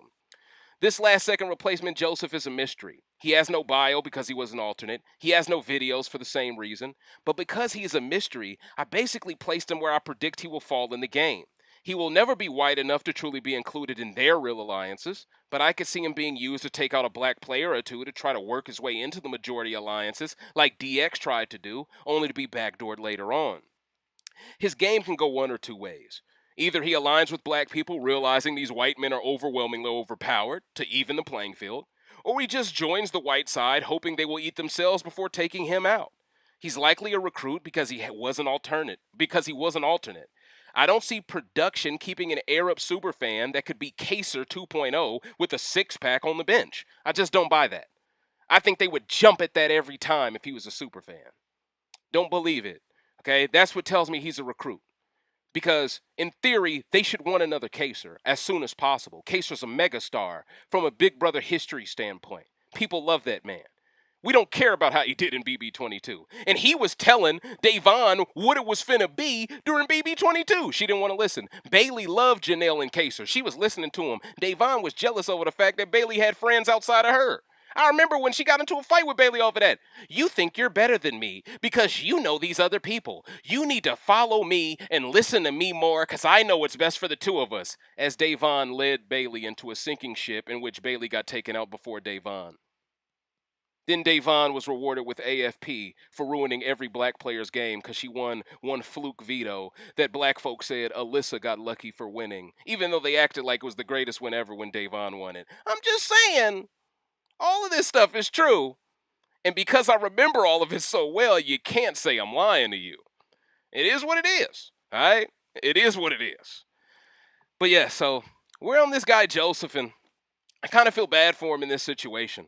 Because I think he's caught in between a rock and a hard place. He never really will belong to either side. And in theory, this should help his game, play both sides. But it also could make him an easy person for someone to take out if they can't get out of Monte, right? Do they take out Terrance before a guy that looks like this? I don't know. I doubt it. I think the wiser decision every time is, hey, let's get out Joseph if we can't get Monte out. And that's why Joseph kind of scores in the middle there. It could go either way for him, you know? But yeah, so like I said, I think he's definitely a recruit because they would have picked him first selection, possibly over a Terrance if he really understood the game. That tells me he wasn't a first priority because they deemed him either too boring or not good enough of a player to give the outcome they wanted. Either way, them replacing a black man with him and never entertaining the idea of replacing any white man for him tells me they want a white winner and Joseph ain't white. Also, he shares the same name as another player on this season. I've been well documented in explaining how people who share the same name tend to target each other. Remember how Big D wanted Baby D out last season? Baby D! I still can't get over that nickname. Every time they announce Baby D! That shit's so funny to me. But anyway, Big D wanted Baby D out last season, not just because he was a threat to the cookout, but because he had to be called Big D just to acquiesce to the wishes of production because there were two Derricks. This will likely mean Joe will target Joseph at some point during this season, and with Joe being able to acclimate easily with the white guys while Joseph cannot as easily, it gives Joe a huge mental advantage on day one to control the game when Joseph gets taken out. And the ability to adapt, Joseph gets 4 out of 5. I do believe because he's in the middle, he can adapt. But I believe once that white side determines he's the biggest threat left, he's screwed. Knowledge of the game, 2 out of 5. I think he's a replacement recruit. Social game likability, 4 out of 5. I think he's going to be endearing because he's representing a whole community by himself, similar to how DX was very endearing for the similar reasons. But with that said, he has nobody else that he can relate to on this cast himself. He's set up to fail as much as everyone black. That's why I'm hoping he works with the black side, understanding I'm in the same struggle y'all in. But it's natural for people to be like, I don't want to be in this sinking ship. Y'all destined to be on some Titanic settings. Let me go over here and do some Death of the Nile type stuff with these white folk. You feel it, Demi? It's just natural. And that's why I'm not going to hold it against you if you do that. Honestly, self-preservation, man. You're a last-minute replacement. I mean, whether you recruit or not, this is an opportunity of a lifetime. Who am I to tell you to throw your game away to be pro-black just because you replaced a black man? You got to do what's best for you at the end of the day. I'm not going to look at you any lower or any better for doing what's best for you in your mind because you're walking into a game that's set up for you to fail too. You're really just a play setter and a gimmick yourself, you know? So with that in mind, that's why I respect the brother. I mean, respect the guy because at the end of the day, he is not in control of the situation he was thrown into. Pre-game strategy, he gets a 3 out of 5. Initial threat level, 5 out of 5. Once again, Joseph scored 18 stars. And that's without me seeing no bio or no video. Those are just my thoughts on him. Now, let's get into the second half of this cast, ladies and gentlemen. We got the first 8 out of the way.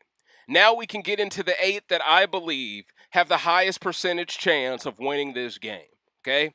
And 8th place is a player I'm very high on, not just because he's from Chicago, but because I believe being a bus driver gave him certain social tools that he should be able to use to his advantage. It's none other than Terrance Higgins, okay? He's 47 years old, and his nickname is Steel from the comics, okay? If you don't remember, Steel was the black man who took over Superman's mantle after he fell. All right, I see great things in Terrance if he plays this correctly. He's a bus operator from Chi City. He's married, and he has 18 stars out of a possible 25. He won the tiebreaker over Joseph, of course, due to likability. I believe people are going to like this man. I believe he's a rare archetype that we don't ever see on this show. You rarely ever see the older black man get a chance to play. He looks a lot like Todd Bridges in a sense. So I think Todd Bridges playing as well as he did may have helped Terrance get picked, which is also really dope to see. I'm always happy to see different archetypes get a chance, right? Even if they're set up to fail. I'm buying all the Terrance stock now while everyone else is focused on other players during preseason. Being a bus driver from Chicago, he's going to have a social game this house ain't ready for. Age-wise, he is at a disadvantage. But with Nicole also being in her 20s and likely having a lot of tools to help Terrance get further in the game, I see Terrance as an unlikely dark horse to possibly win it all. Let me explain. We all know if black men are targeted, Marvin and Monte are likely to be thrown up before Terrance. Well, once again, Marvin's gone. Oh, damn, Terrance game took a hit, bruh. Even my thoughts of him being a dark horse took a hit, but I'ma still explain it if Marvin was here. Because technically, I guess you could still create the argument Joseph is still a shield for him, in a sense, because he's not white. But, okay. This gives Terrance 2 notable shields on day 1. Not only that, his age may make him be overlooked and underrated by his fellow Houseguests, allowing him to lay low and pounce later in the game like Todd Bridges did during Celebrity Big Brother 3. To be honest, he looks kind of like Todd Bridges, so the comparison is almost perfect. And with his experience as a bus operator, I expect Steel to not be soft, which is why his nickname is Steel, or stupid when it comes to reading people. It's great to see older black men get a chance. As for his bio, I immediately got recruit vibes. This isn't the worst thing in the world, but when both 40-year-olds that happen to be black aren't legit superfans at their core, both aren't set up to succeed. Marvin being removed naturally does damage to Terrance's game. And with there being 5 white men versus 2 black men, Monte and Terrance are out here playing double dragon, on hardest difficulty. They both could outplay 2 white men each and still have one more to deal with. Imagine that. Meanwhile, the white men outnumber them so much, they can afford to take more aggressive shots at them because the likelihood of white men winning back-to-back HOHs is twice as probable than black men doing the same thing. Hell, there are as many white men on this cast as there are black women. Actually, there's more white men than black women. There are more white women than black men on this cast. It's like production wants these black women to kiss the ring of white men to survive. And who do you think the Arab Muslim guy Joseph is going to work with? The 5 white guys that are very threatening and given cheat codes to dominate? Or the 2 black guys set up to fail that are on negative sliders? They have nothing but black women around them. I mean, his recruit ass is going to align with the side that's in control, hence why this is a net negative for Terrance. Terrance expects to be perceived as funny and sarcastic, the life of the party. But I don't know if this cast is conducive to him being that archetype anymore, you know? He hopes his social game takes him far, and that's where he needs to focus his energy because winning comps is just going to get him taken out. Problem is, players like Nicole and Monte need Terrance to win comps to keep them safe, but that doesn't keep Terrance safe necessarily, so he could be forced to abandon them similarly to how I expect Jasmine to abandon everybody black. Everybody's in a paradox, you know? Terrance doesn't want to work with overthinkers that deviate from the plan, so he would hate working with Tiffany, but I digress. He believes his big personality could rub people the wrong way because he gives off an alpha vibe. He sounds very similar to Taylor in how he assumes he will be the most outgoing, but once these black folks see how outnumbered they are, I doubt they'll be as outgoing as they want to be. It's only natural to adapt to your environment for self-preservation purposes. Terrance plans to stay loyal and only flip towards the end to push the game in a direction best for him. I'm just worried he won't get the chance to make it far enough to flip. And if he does make it that far, he won't have anyone loyal to him to flip on because he might be the last black person left. I feel someone bad for this man because he was set up to fail and could be targeted early by players scared of going at Monte. He wants to take his number 1 ally to the end because he wants to know his duo was one of the best ever and he wants to earn it. Still believes he can close the deal in his final 2 speech. But I don't know if anyone black makes it that far. And the ability to adapt, I gave him a 5. You from Chicago, you adapt to crazy stuff every day, bruh. This light work. And you adapt to racism every day, but that's a whole nother conversation. Knowledge of the game, 3 out of 5. Social game likability, 4 out of 5. Pre-game strategy, 3 out of 5. Initial threat level, 3 out of 5. I think he's one of the few black men who can get a 3 out of 5 in initial threat level, and it's mainly because of his age. Now let's get into 7th place, ladies and gentlemen. It was good to cover my guy Terrance. I hope he does well, and I hope he makes jury, because I think he will be a unique character on finale night. If he just gives us one eye roll like Todd Bridges, I mean, he already justified his casting decision alone. You feel it, dig me, coach? Shout outs to Todd Bridges, man. Definitely an underrated player. Next, let's get into 7th place. It's none other than Michael Brunaire. I believe that's how you pronounce his name. Maybe it's Bruner. I don't know. He's 28. His nickname is the Riddler. He's the attorney from St. Michael, Minnesota. He's engaged. He's clearly a super fan. And he has 19 stars out of a possible 25. All right? This guy looks like a crossbreed between Andy Herron and Sean Bradley. You feel it, dig me, coach?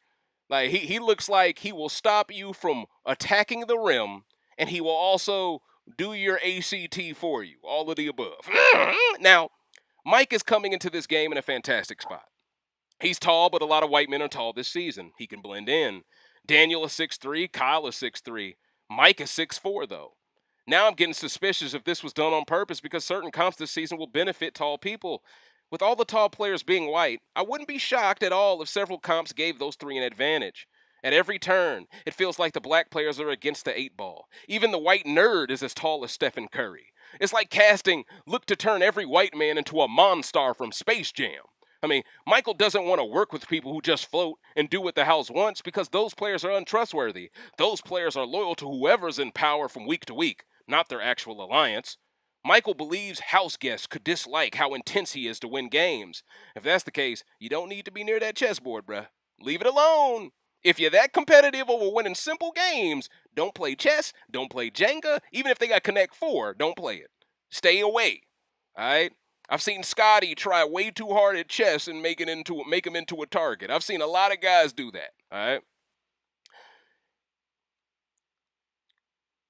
The Riddler is a real superfan who takes the game very seriously. He knows this is the chance of a lifetime and he doesn't plan on wasting the opportunity. This is why he is willing to do whatever it takes, even if that means flipping a vote. He knows alliances inevitably crumble, so he won't allow being in one to cloud his judgment. The Riddler is ruthless. He doesn't care who he has to cut before final two to win it all. He's an anarchist. And the ability to adapt. He's a 4 out of 5. I think he's going to be one of those guys who's going to be allowed to do. And when you really think about it, a lot of nerd archetypes, that's what they do. Early on, they're kind of awkward. But eventually, as the game starts to dwindle down and they start to notice their pivoting prowess, then they make their move. And then all they got to do is win out in memory comps and the game's over. They got it. I can see this guy doing this exact same thing, especially when there's two other men as tall as him. I mean, I don't see Daniel or Kyle going after Michael until Monte and Joseph is gone. I don't see it. So Michael has at least 2 shields that ain't white. And you could argue if someone black wins HOH, he has another 2 shields that are white. He's sitting pretty solid. The only reason why he don't rank a little higher is because I think other white guys got him trumped in social categories. And that's where I think he will suffer. But from a mental standpoint, if he can get towards the end and overcome his social deficiencies, he might be too good of a closer for any of them to get out. So it's one of them things where you got to be careful with the Riddler. And the ability to adapt, 4 out of 5, like I said. Knowledge of the game, 5 out of 5 stars. Social game likability, 3 out of 5. I think he's going to be middle of the road. I think he's going to be more social than the average nerd because he's tall, and I think he's going to be able to play it off a little bit better. But I do believe at the end of the day, his nature is his nature. But with the house being more pro-white, less pro-black, he should be able to be himself a little easier in theory, especially if they're all rallying together to go after others. In theory, that will make his social game improve because everyone will be more endeared towards him for riding with them to do anti-black tactics. So, pre-game strategy, 3 out of 5. Initial threat level, 4 out of 5. For once again, I believe he scored 19 stars, ladies and gentlemen. Now let's get into 6th place. This is a lady who a lot of people did not expect to be this far, but I just see her being the quintessential floater that no one goes after, that somehow makes it to Final 6, and if you're not careful, she can win the game because she's pissed no one off. Some people might think she's an easy win for them, but she might be that person with impeccable jury management, and you're in deep waters. You're in trouble. 6th place is none other than Paloma Aguilar, okay? This lady is being underestimated left and right by a lot of people, in my opinion. Now, if Marvin was on this cast, I'm going to be completely candid with you. I don't think Paloma scores this high at all. Honestly, I think she's bottom half. With no Marvin, she goes up to the top half.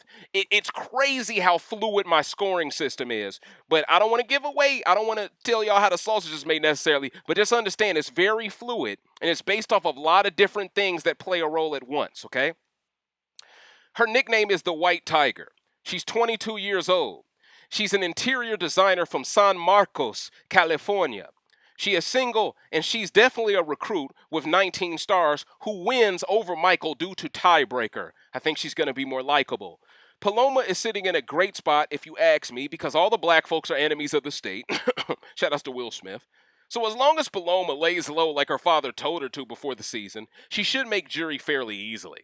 I believe she is smarter than she lets on as an interior designer. I know people who do that job, and they are really good at crunching numbers. Like, they can determine how the distance between one wall to the other just by looking at it. Like, different kind of gravy, these people. Okay? She clearly is a recruit, so I don't expect her to make any amazing moves necessarily. But I also don't think anyone will look at her and be threatened by her either. Paloma doesn't want to work with two-faced snakes. Good luck finding no snakes this season. Casting already tainted the soil.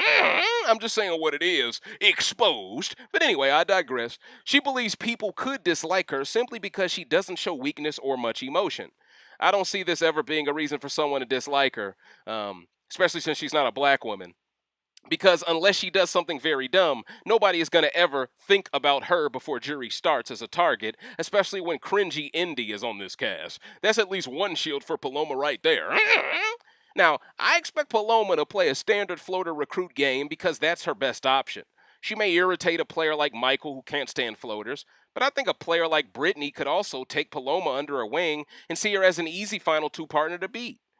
Paloma could easily be dragged to the end, but she also could end up being booted early as well as a safe decision for the house to agree on as well if they fear her jury management being a threat later down the line. Marvin being kept off this cast helps Paloma so much because now she can blend in much easier. It's likely to not be she is likely not to be targeted by white women or black women as they go at each other. Also, she is very attractive and could easily get into showmance herself. Anything is possible. Add the clear connection she could share with Indy, and you have a player who could be the Indy whisperer. That keeps Indy loyal only to her as both float through the game and avoid all the blood on both sides. If she plays this right, she could easily make Final Six and not lift a finger. Paloma would take her ally to the end, no question, because it's a better story to tell. That was the one thing I heard from her was like, huh? Are you a plot device? What you mean it's a better story to tell? What are we doing here? What in the Josh Nash? But anyway, in the ability to adapt, she gets 5 out of 5 stars, coach. In knowledge of the game, she gets the trio. She gets 3 out of 5. Social game likability, she gets the Cinco de Mayo. Pre-game strategy, she gets the 4 out of 5. Initial threat level, she gets the 2 out of 5. Because once again, I don't think anyone's going to be scared of her, coach.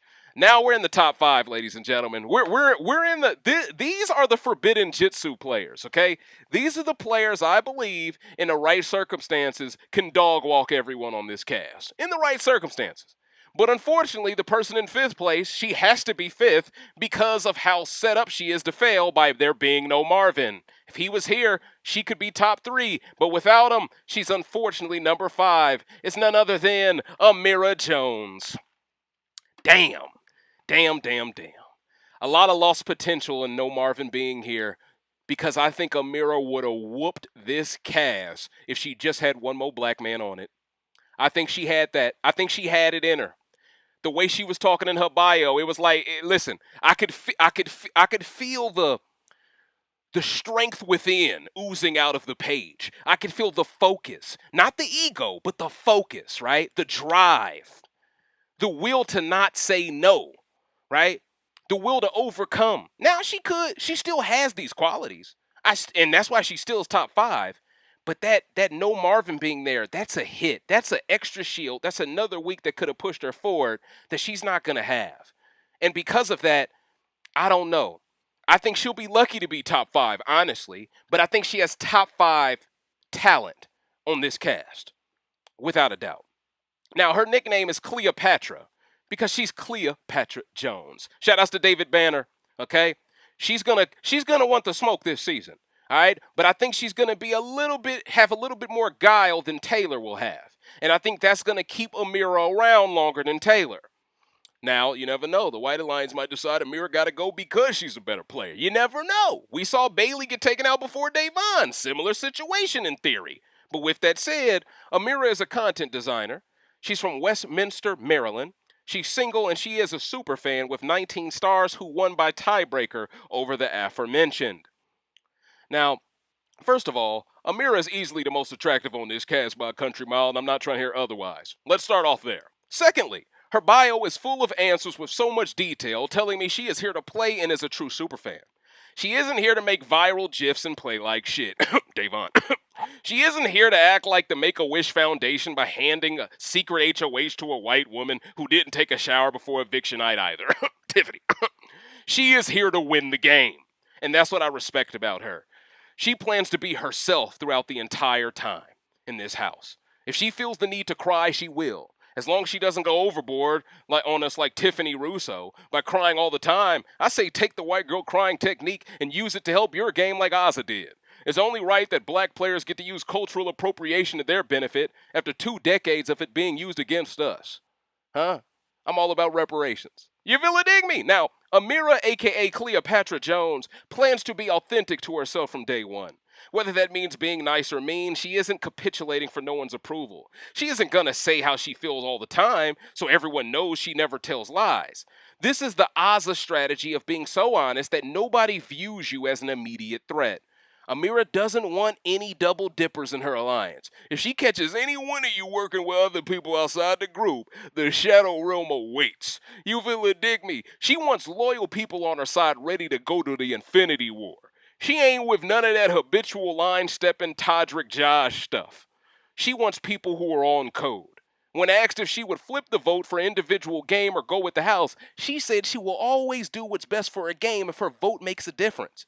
I'm getting LaToya BB Can 9 vibes from her right now. That subtle nuance to her answer further shows how well she thinks about a question before giving an answer. She basically chose both answers in the most thoughtful way imaginable. A player like this can get away with telling the truth and lying at the same time. What I'm most worried about is that Ameerah won't have enough help to offset the possible anti-black alliance that will form. So far, it feels like there are more non-black superfans than pro-black superfans. We've already seen how much of a disadvantage it truly is. If Ameerah can become the glue that keeps her side together, she has the potential to be one of the best players of all time. Problem is, I think production purposely didn't surround her with the best possible group of black people to bring out her best skill set, similar to Nicole, similar to Taylor. I think all of them were set up to where their hands are tied behind their back to a degree. So whatever they do that's impressive this season, it's going to be playing with house money to a degree. Now that Marvin is gone, Ameerah's game takes a big hit. The only reason she still ranks somewhat high is that I believe she is the only black woman with the highest chance of being in a showmance with the late replacement Joseph. If she can pull that off, then Joseph basically did replace Marvin on the black side. Listen, there's a lot of pressure on you there, Ameerah. I'm just saying, if anyone can do it, I think you can. Can you get Joseph to turn Hotep? Can you do it? Because if you pull that off, all of a sudden the game done opened up. All of a sudden, the white folks got that lemon booty. And that's what we want to see in these streets. And that's what they don't want to see. It's more inclusion. More diversity. If Joseph turns pro-black, then people, why did they pick Joseph? You're going to hear that so quick, coach. I'm just saying what it is. Ameerah, I'm not saying you got to pull him. I'm just saying I think you're capable of acknowledging the fact that if you can pull him over to your side, this is a little bit more of a fair fight. You feel it, dig me? I'm just saying. If she can pull that off, then Joseph basically replaces Marvin. But if she can't pull that off, I don't see her making it past Final Six. Ameerah's attractive but not full of herself. I think if any non-black man risks it all for any of these sisters, it's probably going to be her. And I think she naturally has the tools to complement a man and a showman's the best while also disarming non-black women easier than Nicole or Taylor. This is why she ranks so high despite being screwed by production as much as everyone else black. I'm not trying to put pressure on her, but she may be the only hope to turning Joseph Hotep. But with that said, I also think she could end up with Monte. I just think she will realize a showmess with Monte means the Shadow Realm awaits your presence, which could deter her from pursuing it. Let's be honest, if the black side can reel in Joseph, this season could be a sleeper classic. I'm talking BB6 levels of split down the middle. You steal off me. I steal off you. You steal off me. I steal off you. And then before you know, everybody like, damn, week to week, this is cracking. But if he works with the Anglos, it's over, coach. It's over. I'm just telling y'all what it is. But if they fail to keep him on their side, I see an onslaught on the horizon. Ameerah plans to cut her ally to win in Final 2, but hopes America won't hate her for it. She's ruthless. In the ability to adapt, she gets 3 out of 5. Knowledge of the game, 5 out of 5. Likability, social game, 5 out of 5. Pre-game strategy, 3 out of 5. Initial threat level, 3 out of 5. Now let's get into 4th place, coach. Damn, there's no more black people left. Damn. If I had a 40 ounce, I'd pour it for y'all. None of y'all could make top 4 because of this. Thanks, production. Thanks for getting rid of Marvin. Thanks for not replacing him with anyone black. We ain't got no one black in the top 4. But see, this is how unbiased I am. I see what's coming. I'm not no fool. I'm not no fool. And there is no coincidence that it's the 2 white women and 2 white guys left in this cast. Number 4, 4th place in the worst to first exclusive scoring-based ranking system, exclusively on Recency Bias Radio. It's none other than Alyssa Snider. She is 24. Her nickname is Emma Frost. She is a marketing representative from Sarasota, Florida. She is single and ready to mingle with 19 stars. And me personally, I know she's a super fan. I can tell she is. I mean, she's getting help from the other Alyssa. I mean, listen, they're trying to do some they're trying to do some what Mary Kate and Ashley type stuff. You feel it? Dig me? They trying to, maybe that's what Julie means with all the twos, huh? We finna have the other Alyssa show up to give advice every week. What's going on in these streets? But no, that's neither here nor there. Now, apparently this girl is friends with Alyssa Lopez, and they discussed the game before the season. So nobody black expects her to be anything other than anti-black during the season. Alyssa is very bitter towards the cookout. There's a reason why the jury called themselves the picnic. I tried to tell people this. They're like, "Oh, Dave, that's a rumor. That's not true." Then when the cat comes out of the bag months later, DX is still bitter. Alyssa's still bitter. I mean, you could argue every single non-black person that made jury is bitter besides Brittany.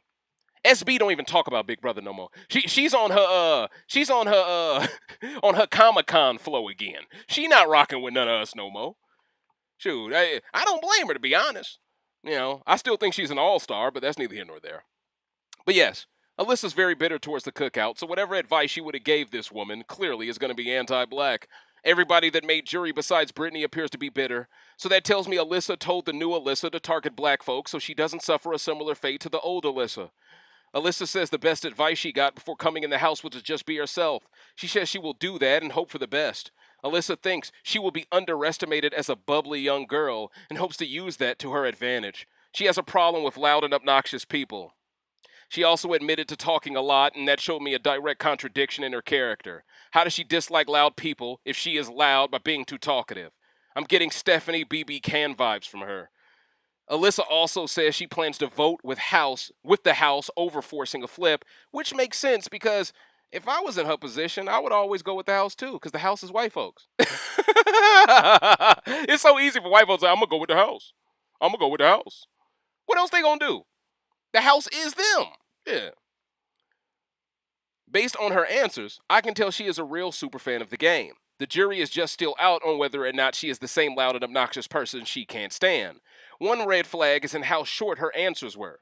When someone answers questions really short, it usually tells me they are more of a high-end recruit than a true superfan. A real superfan is so excited, they'll give long-winded answers as a gift to superfans before the season. Alyssa didn't do that. That tells me she doesn't really know how to play outside of the floater style she's fixated on. One thing doesn't go her way, I expect her to blow up and possibly ruin her game. Marvin being replaced by Joseph helps Alyssa exponentially. Now she has more guys in the game that might want her. The white men have more influence and power to protect her, and she has more incentive to take out black women that she is threatened by on day one. Something tells me she is not going to get along with Taylor, but I'm not hoping for that necessarily. I can only tell Alyssa from BB23, coached her up to target black women before anyone else, and usually women target women, and that's why I'm saying that. So if Alyssa marks her territory on Kyle and one of those sisters try that swirl stuff, the Shadow Realm may await them. I just don't see a scenario where Alyssa doesn't make jury. I don't see white men targeting her, and they are most likely to dominate the HOHs. I don't see Paloma or Indy targeting a white woman over the 4 black women in the game either, and those two probably just float to the jury anyway. And I definitely don't see Brittany taking out the only other traditional white woman on the cast. This puts Alyssa and Brittany in the best position out of all women. Emma Frost is sitting in a fantastic spot. Black women need to win HOHs and not throw comps, or else this girl is going to be propped up by production as the next Janelle or Allison Irwin. Alyssa can afford to throw comps, and that is why she may decide to win comps to guarantee no swirling happens on her watch. Alyssa from BB23 knows how important Christian making jury was to her game, so I expect this Alyssa to protect a player like Kyle at all costs. And the ability to adapt, she scores 5 out of 5, because I'm going to be honest, this season is meant to pamper someone white. Knowledge of the game, 4 out of 5. I believe she's just above recruit, but just under true superfan. She's in that limbo stage. Social game like ability, 4 out of 5. Pre-game strategy, 4 out of 5. Initial threat level, 2 out of 5. the end of the day, she can use the white girl crying technique on demand. No one's going to think of her as a massive threat on day one. And if anyone black wins the first HOH, they would be dumb to target her first. They would be absolutely dumb. But it's possible. It's possible. Now let's get into third place, ladies and gentlemen. We're in the top 3. Let's get it cracking. I'm going to be honest, these 3 deserve to be here. Based off of the cast that I see in front of me, these 3 have the highest percentage chance of winning this season. Their archetypes are usually the most likely winning. Their archetypes have the highest probability chance of succeeding well with the people that surround them on this cast. And I believe they have the tools that will complement the advantage they are coming into the house with on top of that. So if the referees are already giving Shaq all the calls, and Shaq is already next level dominant, top 10 greatest ever dominant, you're not beating Shaq. I believe these 3 have the ability to be on some Jerry West, Larry Bird type action, and with the referee's help, good luck getting one of them out. And that's why they rank this high. Third place is none other than, and this might surprise some people. Some people might think he's top 2. It's Kyle Capener. Now, I think this guy has high potential, of course, because he's top 3. But I don't think he's as good as Joe. I think a lot of people are sleeping on Joe. I think, man, listen, he's one of the few guys that ain't super tall, so black folks ain't going to see him immediately as the one that needs to go if they win something. Joe is, man, I think Joe, we ain't on Joe yet, but just know, I think Kyle is more likely to have someone go at him. Now, I think Kyle can probably win counts to save himself, but I also think the likelihood of him being through less adversity than Joe or even Brittany is very low. I believe out of the 3 of them, he's the one that's going to be in the Hunger Games the most often because people are going to eventually view him as the front runner, the Adam Pike, right? The guy you don't want to sit next to, the guy you can't let sniff final 3, right? And I think that's why he just couldn't crack top 2. Now, Kyle Capener is 29. His nickname is Clark Kent because he loves putting on glasses to look like a nerd, and then he takes them off, and then he calls himself Ken from Barbie. So I don't know. So he's Clark Kent then. He's from Bountiful, Utah, which definitely raises some eyebrows on the people's champion side of the game. I don't know. He's single, and he's definitely a super fan. I don't mean to rely on stereotypes here, but anytime I hear about a white person from Utah, I immediately expect them to not be the most inclusive to black folks. It's one of the whitest states in the country per capita. In fact, Utah has the 7th highest percentage of non-Hispanic whites in America at 88.7%. Someone who was born in this environment, I fully expect to not get along the best with black players. It's also been exposed on Twitter that he's a Trump supporter. I don't judge people based on politics like that, but I will say being from Utah, compounded with the aforementioned, does paint a picture of who Kyle could be within the house. I expect Kyle to be a production's pet on first impressions alone. This guy refers to himself as a 6'3" Ken doll. Very cringy, but it's safe to say he is the one producers will push to find a Barbie. And who do you think Barbie's going to be? Probably Alyssa, right? Isn't she 4th place? You get what I'm building towards. That makes it now 3 non-black men that are 6'3" or taller. Is casting putting together a Big Brother cast or the Gonzaga Bulldogs starting 5? Claire missed her season. This is the year to know how to dunk. The advice he got was from his mom, who told him to just be himself because everyone else is taken. He expects people to assume he is just a dumb jock blonde, but he wants to prove he is a genuine gamer above all else. Kyle is very chill and doesn't want to work with controlling dominant people that work to dictate what their alliance does every week. He would create distance from those people. I don't know. Once it gets split down color lines, I think he'll tolerate it. Now, he plans to use his sense of humor to disarm people if the house feels tense. Oh, it's going to feel tense, buddy. You better be as good as Marvin. You better be America's Got Talent levels of funny, because it's finna get tense in there. The temperature, I'm telling you, I got the right temperature to you to the dawn. Oh, I'm talking Sean Paul settings. It's finna go down. It's about to go down. Get jiggy. Don't stop, hesitate, don't stop, rotate. You feel it, dig me? Now, so yes, he plans to use a sense of humor to disarm people if it feels tense, and he hopes this doesn't create more enemies. Kyle showed he is a real superfan by explaining why he wouldn't flip early in the game just opposed to later on when there are less numbers. It's more advantageous to cause a momentum shift. and it's more advantageous to cause a momentum shift. With glasses on, he looks like a nerd. With glasses off, he looks like a physical threat. That's why his nickname is Clark Kent. He is taking the player he thinks he can beat 100% to the end, but if he gets in a showmance with someone like Paloma or Alyssa, he won't keep that energy. I'm not buying it. You ain't gonna keep that. You gonna simp it out, dog. And at the end of the day, you probably gonna be rewarded like Jackson Mickey anyway. You feel it, me? Like, it probably ain't even gonna be that big of a deal. But I just don't buy he's this red pilled. I don't buy it. I don't buy it. We'll see. And the ability to adapt, he's 4 out of 5. Knowledge of the game, 4 out of 5. Social game likability, 4 out of 5. Pre-game strategy, 4 out of 5. He's like just below amazing at everything. And that's what makes him so dangerous, because he's all around. But initial threat level, he's through the roof. He's 5. We already know that. Now let's get into second place, y'all. And see, I don't know if people expected these two to be here, but these are the final bosses, okay? These are the ones that are going to get to lay low behind all these tall guys that take all of the darts, that do all the extra stuff, that lose their minds and think they've got the game all figured out halfway through towards the beginning and all that other stuff. These two are going to be waiting for their moment to strike. And then when that moment comes, who knows? They might work together to establish their footing. I don't know. But second place is none other than Joe Picciarelli. Now, he is 24 years old, and his nickname is Frank Castle, because he's finna punish these people. He's finna punish them. Now, he's an assistant football coach. He originated from Staten Island, New York, but he currently lives in Florida. He's single, and he scored 22 stars out of 25, ladies and gentlemen. He actually tied with first place, but he lost due to tiebreaker. First off, I'm not calling a grown-ass man Pooch. Let's go ahead and dead that right now. I'm calling him Frank Castle, all right? Hey, I'm calling him Frank Castle. He isn't the biggest guy in the world, so he can lay low. But he also has coaching experience, so he knows how to create a game plan and carry it out.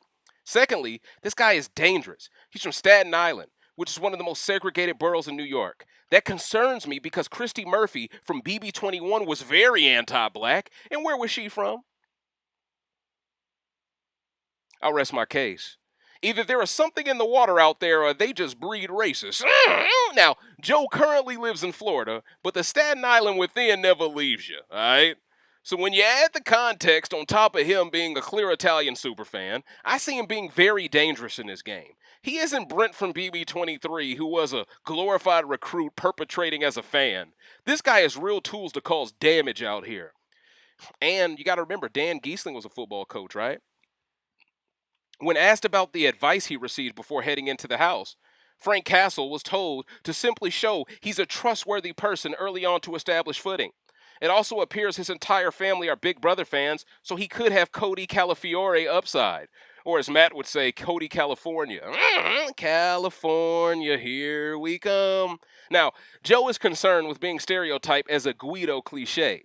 He thinks living in Florida the past 5 years will help him overcome that stigma, but he is willing to play into that Guido persona if that's all it takes to get by socially. Joe doesn't want anyone in his alliance that can't keep a level head. Explosive people can blow up an alliance and put games at risk, so he will want to work with people more chill and relaxed. He wants level-headed allies. And see, that's why I think he could work with Brittany. I think what he wants and what she wants is very similar. They kind of both want low-key people that's capable of doing it all, right? Joe believes, and it would be a very unexpected duo. I don't think anyone on that White Alliance side would believe they were together, like they were working together to dominate or something. And I think it's a toss-up who wins at the end between the two. The men might respect Joe's game more, but the women might respect Brittany's game more. You don't know. Joe believes the social game will come easy to him with his chill mindset, but eventually he will become a massive threat to win based on jury management. So ironically, he thinks being so likable will create resentment from other players. When asked if he would flip a vote, he flat out said he's here for himself and his family. Oh, he ready to flip like Free Willy up in here. He also was aware that vote flips are exciting for superfans, and he wants to give people what they want. He doesn't want to be a floater. He wants to be a gamer. Joe benefits a lot from the fact that he appears to be the one non-black man that isn't awkward or problematic before the season. Now, to be fair, Michael isn't problematic, but he's awkward. So, yeah. He has a great plan to survive the early game and is aware of what could hurt him in the late game. Also, being a football coach gives me Dan Giesling vibes. I think he will benefit greatly from other men being more physically threatening than him, while he just focuses on being socially accepted. His game could work on any season besides 23, and that's why he scores so highly. Frank Castle doesn't care who he has to betray to win. He is called the Punisher for a reason. I expect him to be the most cutthroat from start to finish. And that New York accent, production tends to kind of be a little biased towards wanting Italian players to play well. I just think this guy has a lot going for him in a lot of different categories, and he's going to be a very dangerous player. And with all of these white guys clearly being bigger immediate threats to him, down the stretch, a guy like Michael's going to be a bigger threat than him. You're not going to want Michael to get near those comps that are about dates, that are about memory, so you're going to want to take him out before Joe, right? You're not going to want a guy like Clark Kent. You're not going to want a guy like him. I forgot his name for a split second. You're not going to want a guy like what's homeboy name? Kyle. You're not going to want him to make it further than Joe either. You're going to assume Kyle will beat Joe easily. This is going to help Joe a lot. Like, down the stretch, if he can keep people focused on an anti-black based game, he is sitting so pretty by the time jury starts, because no one looks at him as the biggest threat on the board out of any of them. You know, the one person, I really do believe a guy like Daniel, by the time jury starts, people will think he's expendable, just like Jack was in BB21. Like, they'll probably view him as Kyle's underling or something and go, okay, he's got to go. They're both too tall. They work together. At least Michael's a little awkward and can't do it as well socially. We got to get rid of this guy. He's Canadian Nakamura. Like honestly, I see a situation here where Joe is just sitting super pretty. And because of that, he's definitely deserves to be in this top 2. Now, on the ability to adapt, he gets 4 out of 5. Knowledge of the game, 5 out of 5. Social game likability, 4 out of 5. Pre-game strategy, 4 out of 5. Initial threat level, 4 out of 5. So, in this case, not being an initial threat as high as someone like Kyle definitely benefits Joe by the end of the game. Because if you were viewed as someone who's been running this game from start to finish as the biggest apex threat, apex predator, everyone's going to assume you win hands down. So people aren't going to allow you there. Whereas someone like Joe, who's going to want to lay low, who's going to rely on the social acumen of the gifts he is not going to be someone people assume just win out or win the game easily at the end, and I think that's what benefits him. Now let's get in the first place. By process of elimination, we all know who it is. This player, in my opinion, has the most tools to win. She is surrounded in every direction. No one's going to come for her early in the game, in my opinion, because it doesn't make sense. It's a waste of an HOH early on. But I'd argue she has so much potential, but no one in the house knows of her potential because they're not reading her bios before they meet her, right? And when you take into context how Brittany is also a hypnotherapist, we have no way of knowing. Is she going to utilize Shayna Moakler tactics? You know what I'm saying? I'm talking with the whole drowsy, the whole hypno thing she was using in the bed. Remember that shit? We don't know what Brittany gonna do, coach. And see, that's what worries me. And that's why her nickname is Jean Grey. She could be using some telekinesis in here. She could turn into Dark Phoenix up in here. You feel it, dig me, coach? Anything is possible. She is a dangerous player, and she feels like the highest frequency of what Sarah Beth Biles was. This feels like what Sarah Beth was meant to be times 2. Okay? She has all of the tools. She's insulated very well. The black players coming off the Cookouts win are going to have the biggest target on them. It's gonna really benefit her game, and I'm gonna break down why. So first place is none other than Brittany Hoopes, who is 32 years old with the nickname of Jean Grey. She is a hypnotherapist from Atlanta, Georgia. All right, she's from down south, so who knows? Maybe she gets along with Jasmine somehow. Maybe she uses Jasmine against the black women. I don't know. I'm just saying. She's married, so she ain't looking for no love. She's going to be focused. She's a super fan, and she has 22 stars out of 25, and she beat Joe due to likability tiebreaker. Now, upon first impression, I get Sarah Beth vibes from Brittany.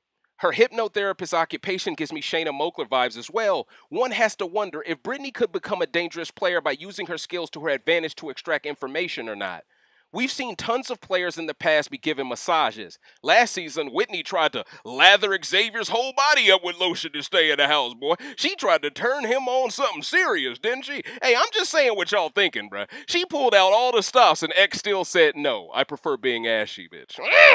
I'm just saying what it is. Listen, she thought that OnlyFans stuff would keep her in the house, coach. No, sir. It's only evictions. I'm just saying what it is. But anyway, okay? Maybe if Whitney was a hypnotherapist, it would have worked. That's all I'm saying. All right? That's all I'm saying. But in all seriousness, though, Brittany, in theory, has a skill set that could be quite overpowered. Problem is, she is married, so that really holds back the potential of her game naturally. I don't see a married woman giving out massages all willy-nilly like that. So this puts her in a bad social situation because she isn't going to be provided with much protection from any of the men because she is taken. And her age of 32 may keep her from the cool kids group. But I think it's more likely than not that she finds it hard to make jury unless the game gets split down color lines. Then she could skate by the entire way. When asked about the best advice she has received, she mentioned how her husband helped her devise a pregame strategy.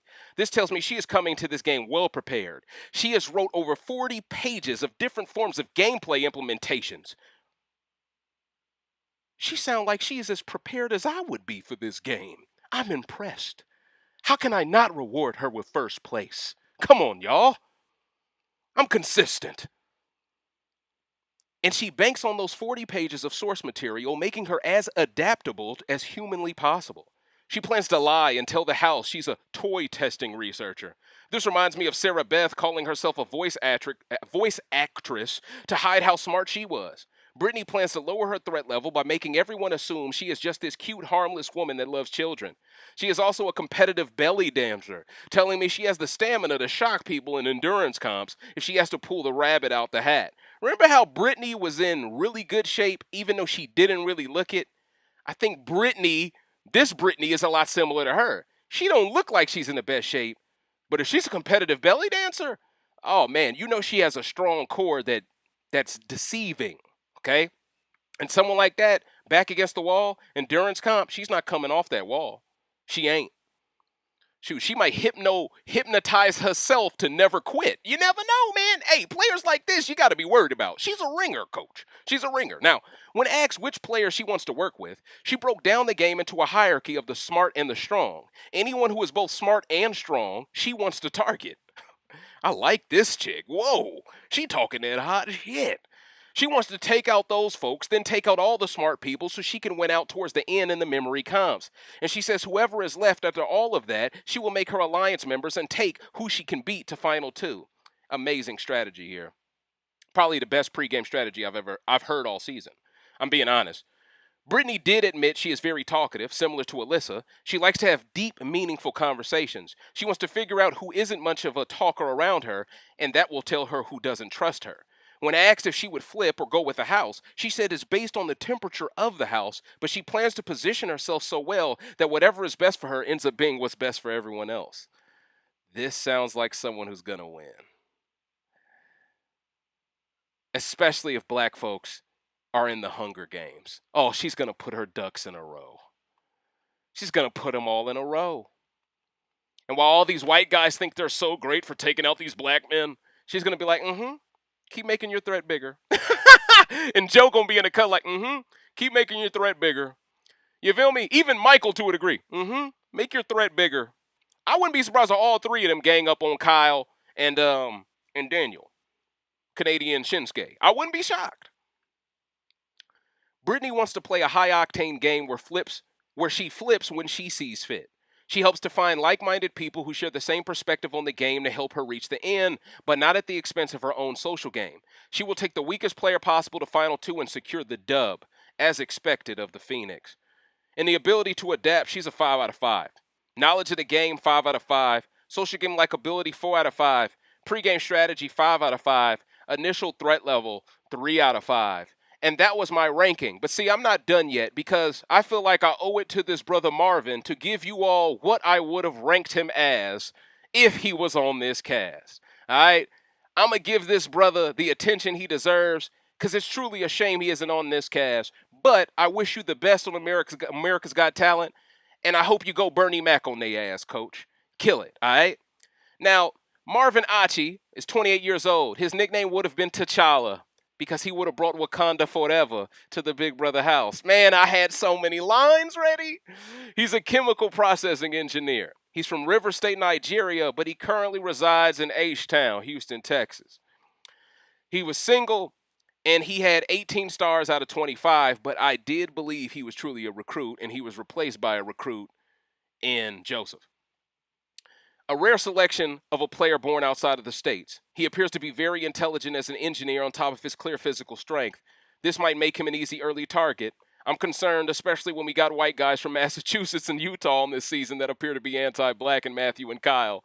CBS also exposed how Marvin was a comedian who almost made it on AGT, so this guy probably will have an amazing social game. Oh, I'm getting Godfrey Manguiza vibes. Oh, man, I thought this man had the tools. He is smart enough to be an engineer, in shape enough to be an NFL linebacker, and funny enough to be a comic. Brothers like this don't grow on trees, and that's why I ain't want him on the season. But that's neither here nor there, I'm just saying. And that's why I'm worried for this brother being targeted before jury.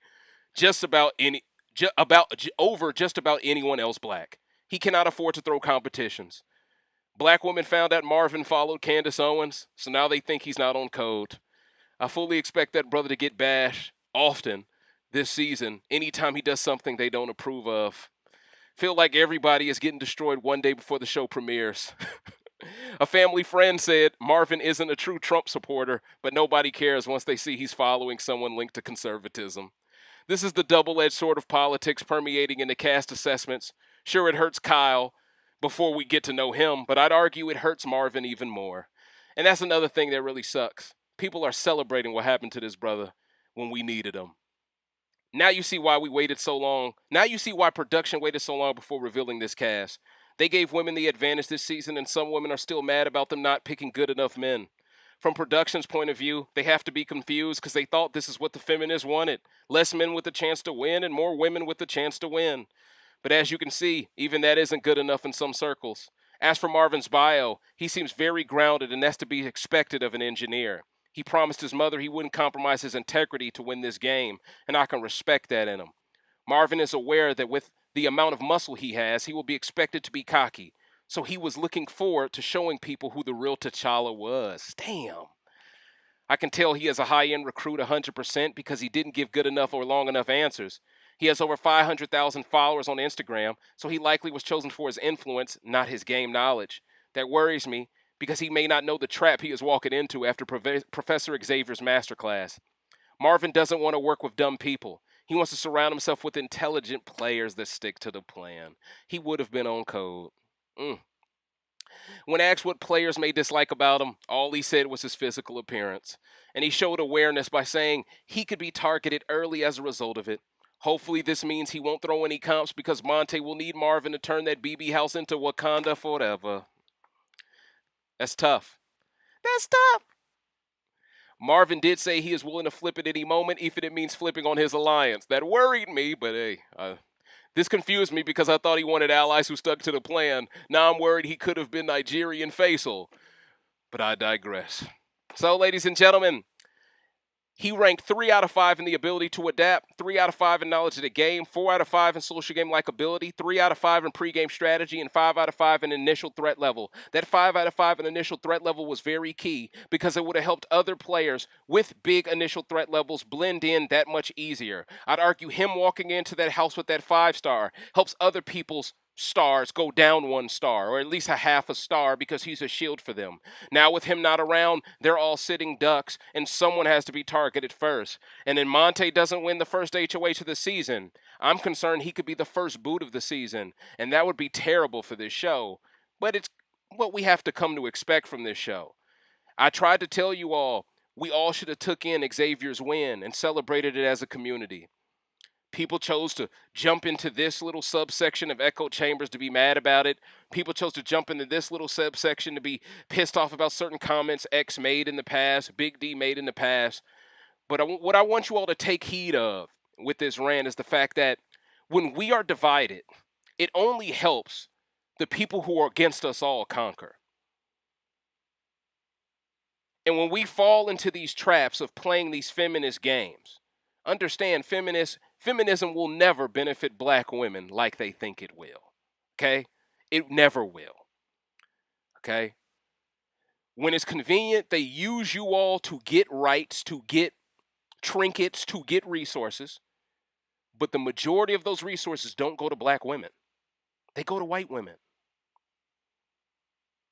And the majority of the white women telling you you don't need a man have a man while you don't. And they're trying to keep you alone so they can keep you under control.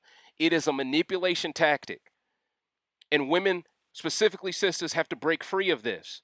And when they do break free of this and start holding those white women accountable, more change can happen in our black community. Because I got to tell you, sisters, why be mad at Xavier for wanting a white woman if you're just going to listen to white women and bash us? I thought they were the enemy. But when it's convenient, you take their side against us. It doesn't make sense.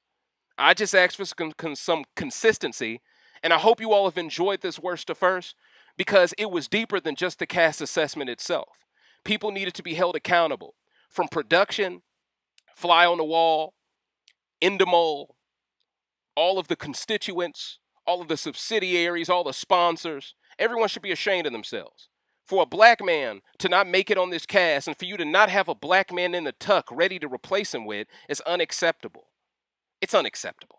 Especially when you have 5 white men on the cast. Especially when the cookout is the defending champions and you won't even give us 3 black men and 3 black women to defend the belt. So it's not even a title defense. Really, you vacated the title and they're fighting for an interim belt. This ain't the belt they're fighting for. No one is defending the belt right now. And I think you all were worried about giving us a legit team of 3-3, equal masculinity to femininity, and duking it out mano a mano, because I think y'all knew when you give us adequate help, when you give us the right assortment of super fans, when you don't outnumber us completely and make it a dog walking, we're the ones who dog walk you. I'm Dave Smith for Recency Bias Radio, where no one is safe from criticism. And this was my Big Brother 24 cast assessment worst to first. I hope you all have enjoyed yourselves. And I worked tirelessly today to get you all this as soon as possible. I will be back for the Big Brother 24 premiere later tonight. And I'll see y'all on the flip side. Deuces. Thanks for watching.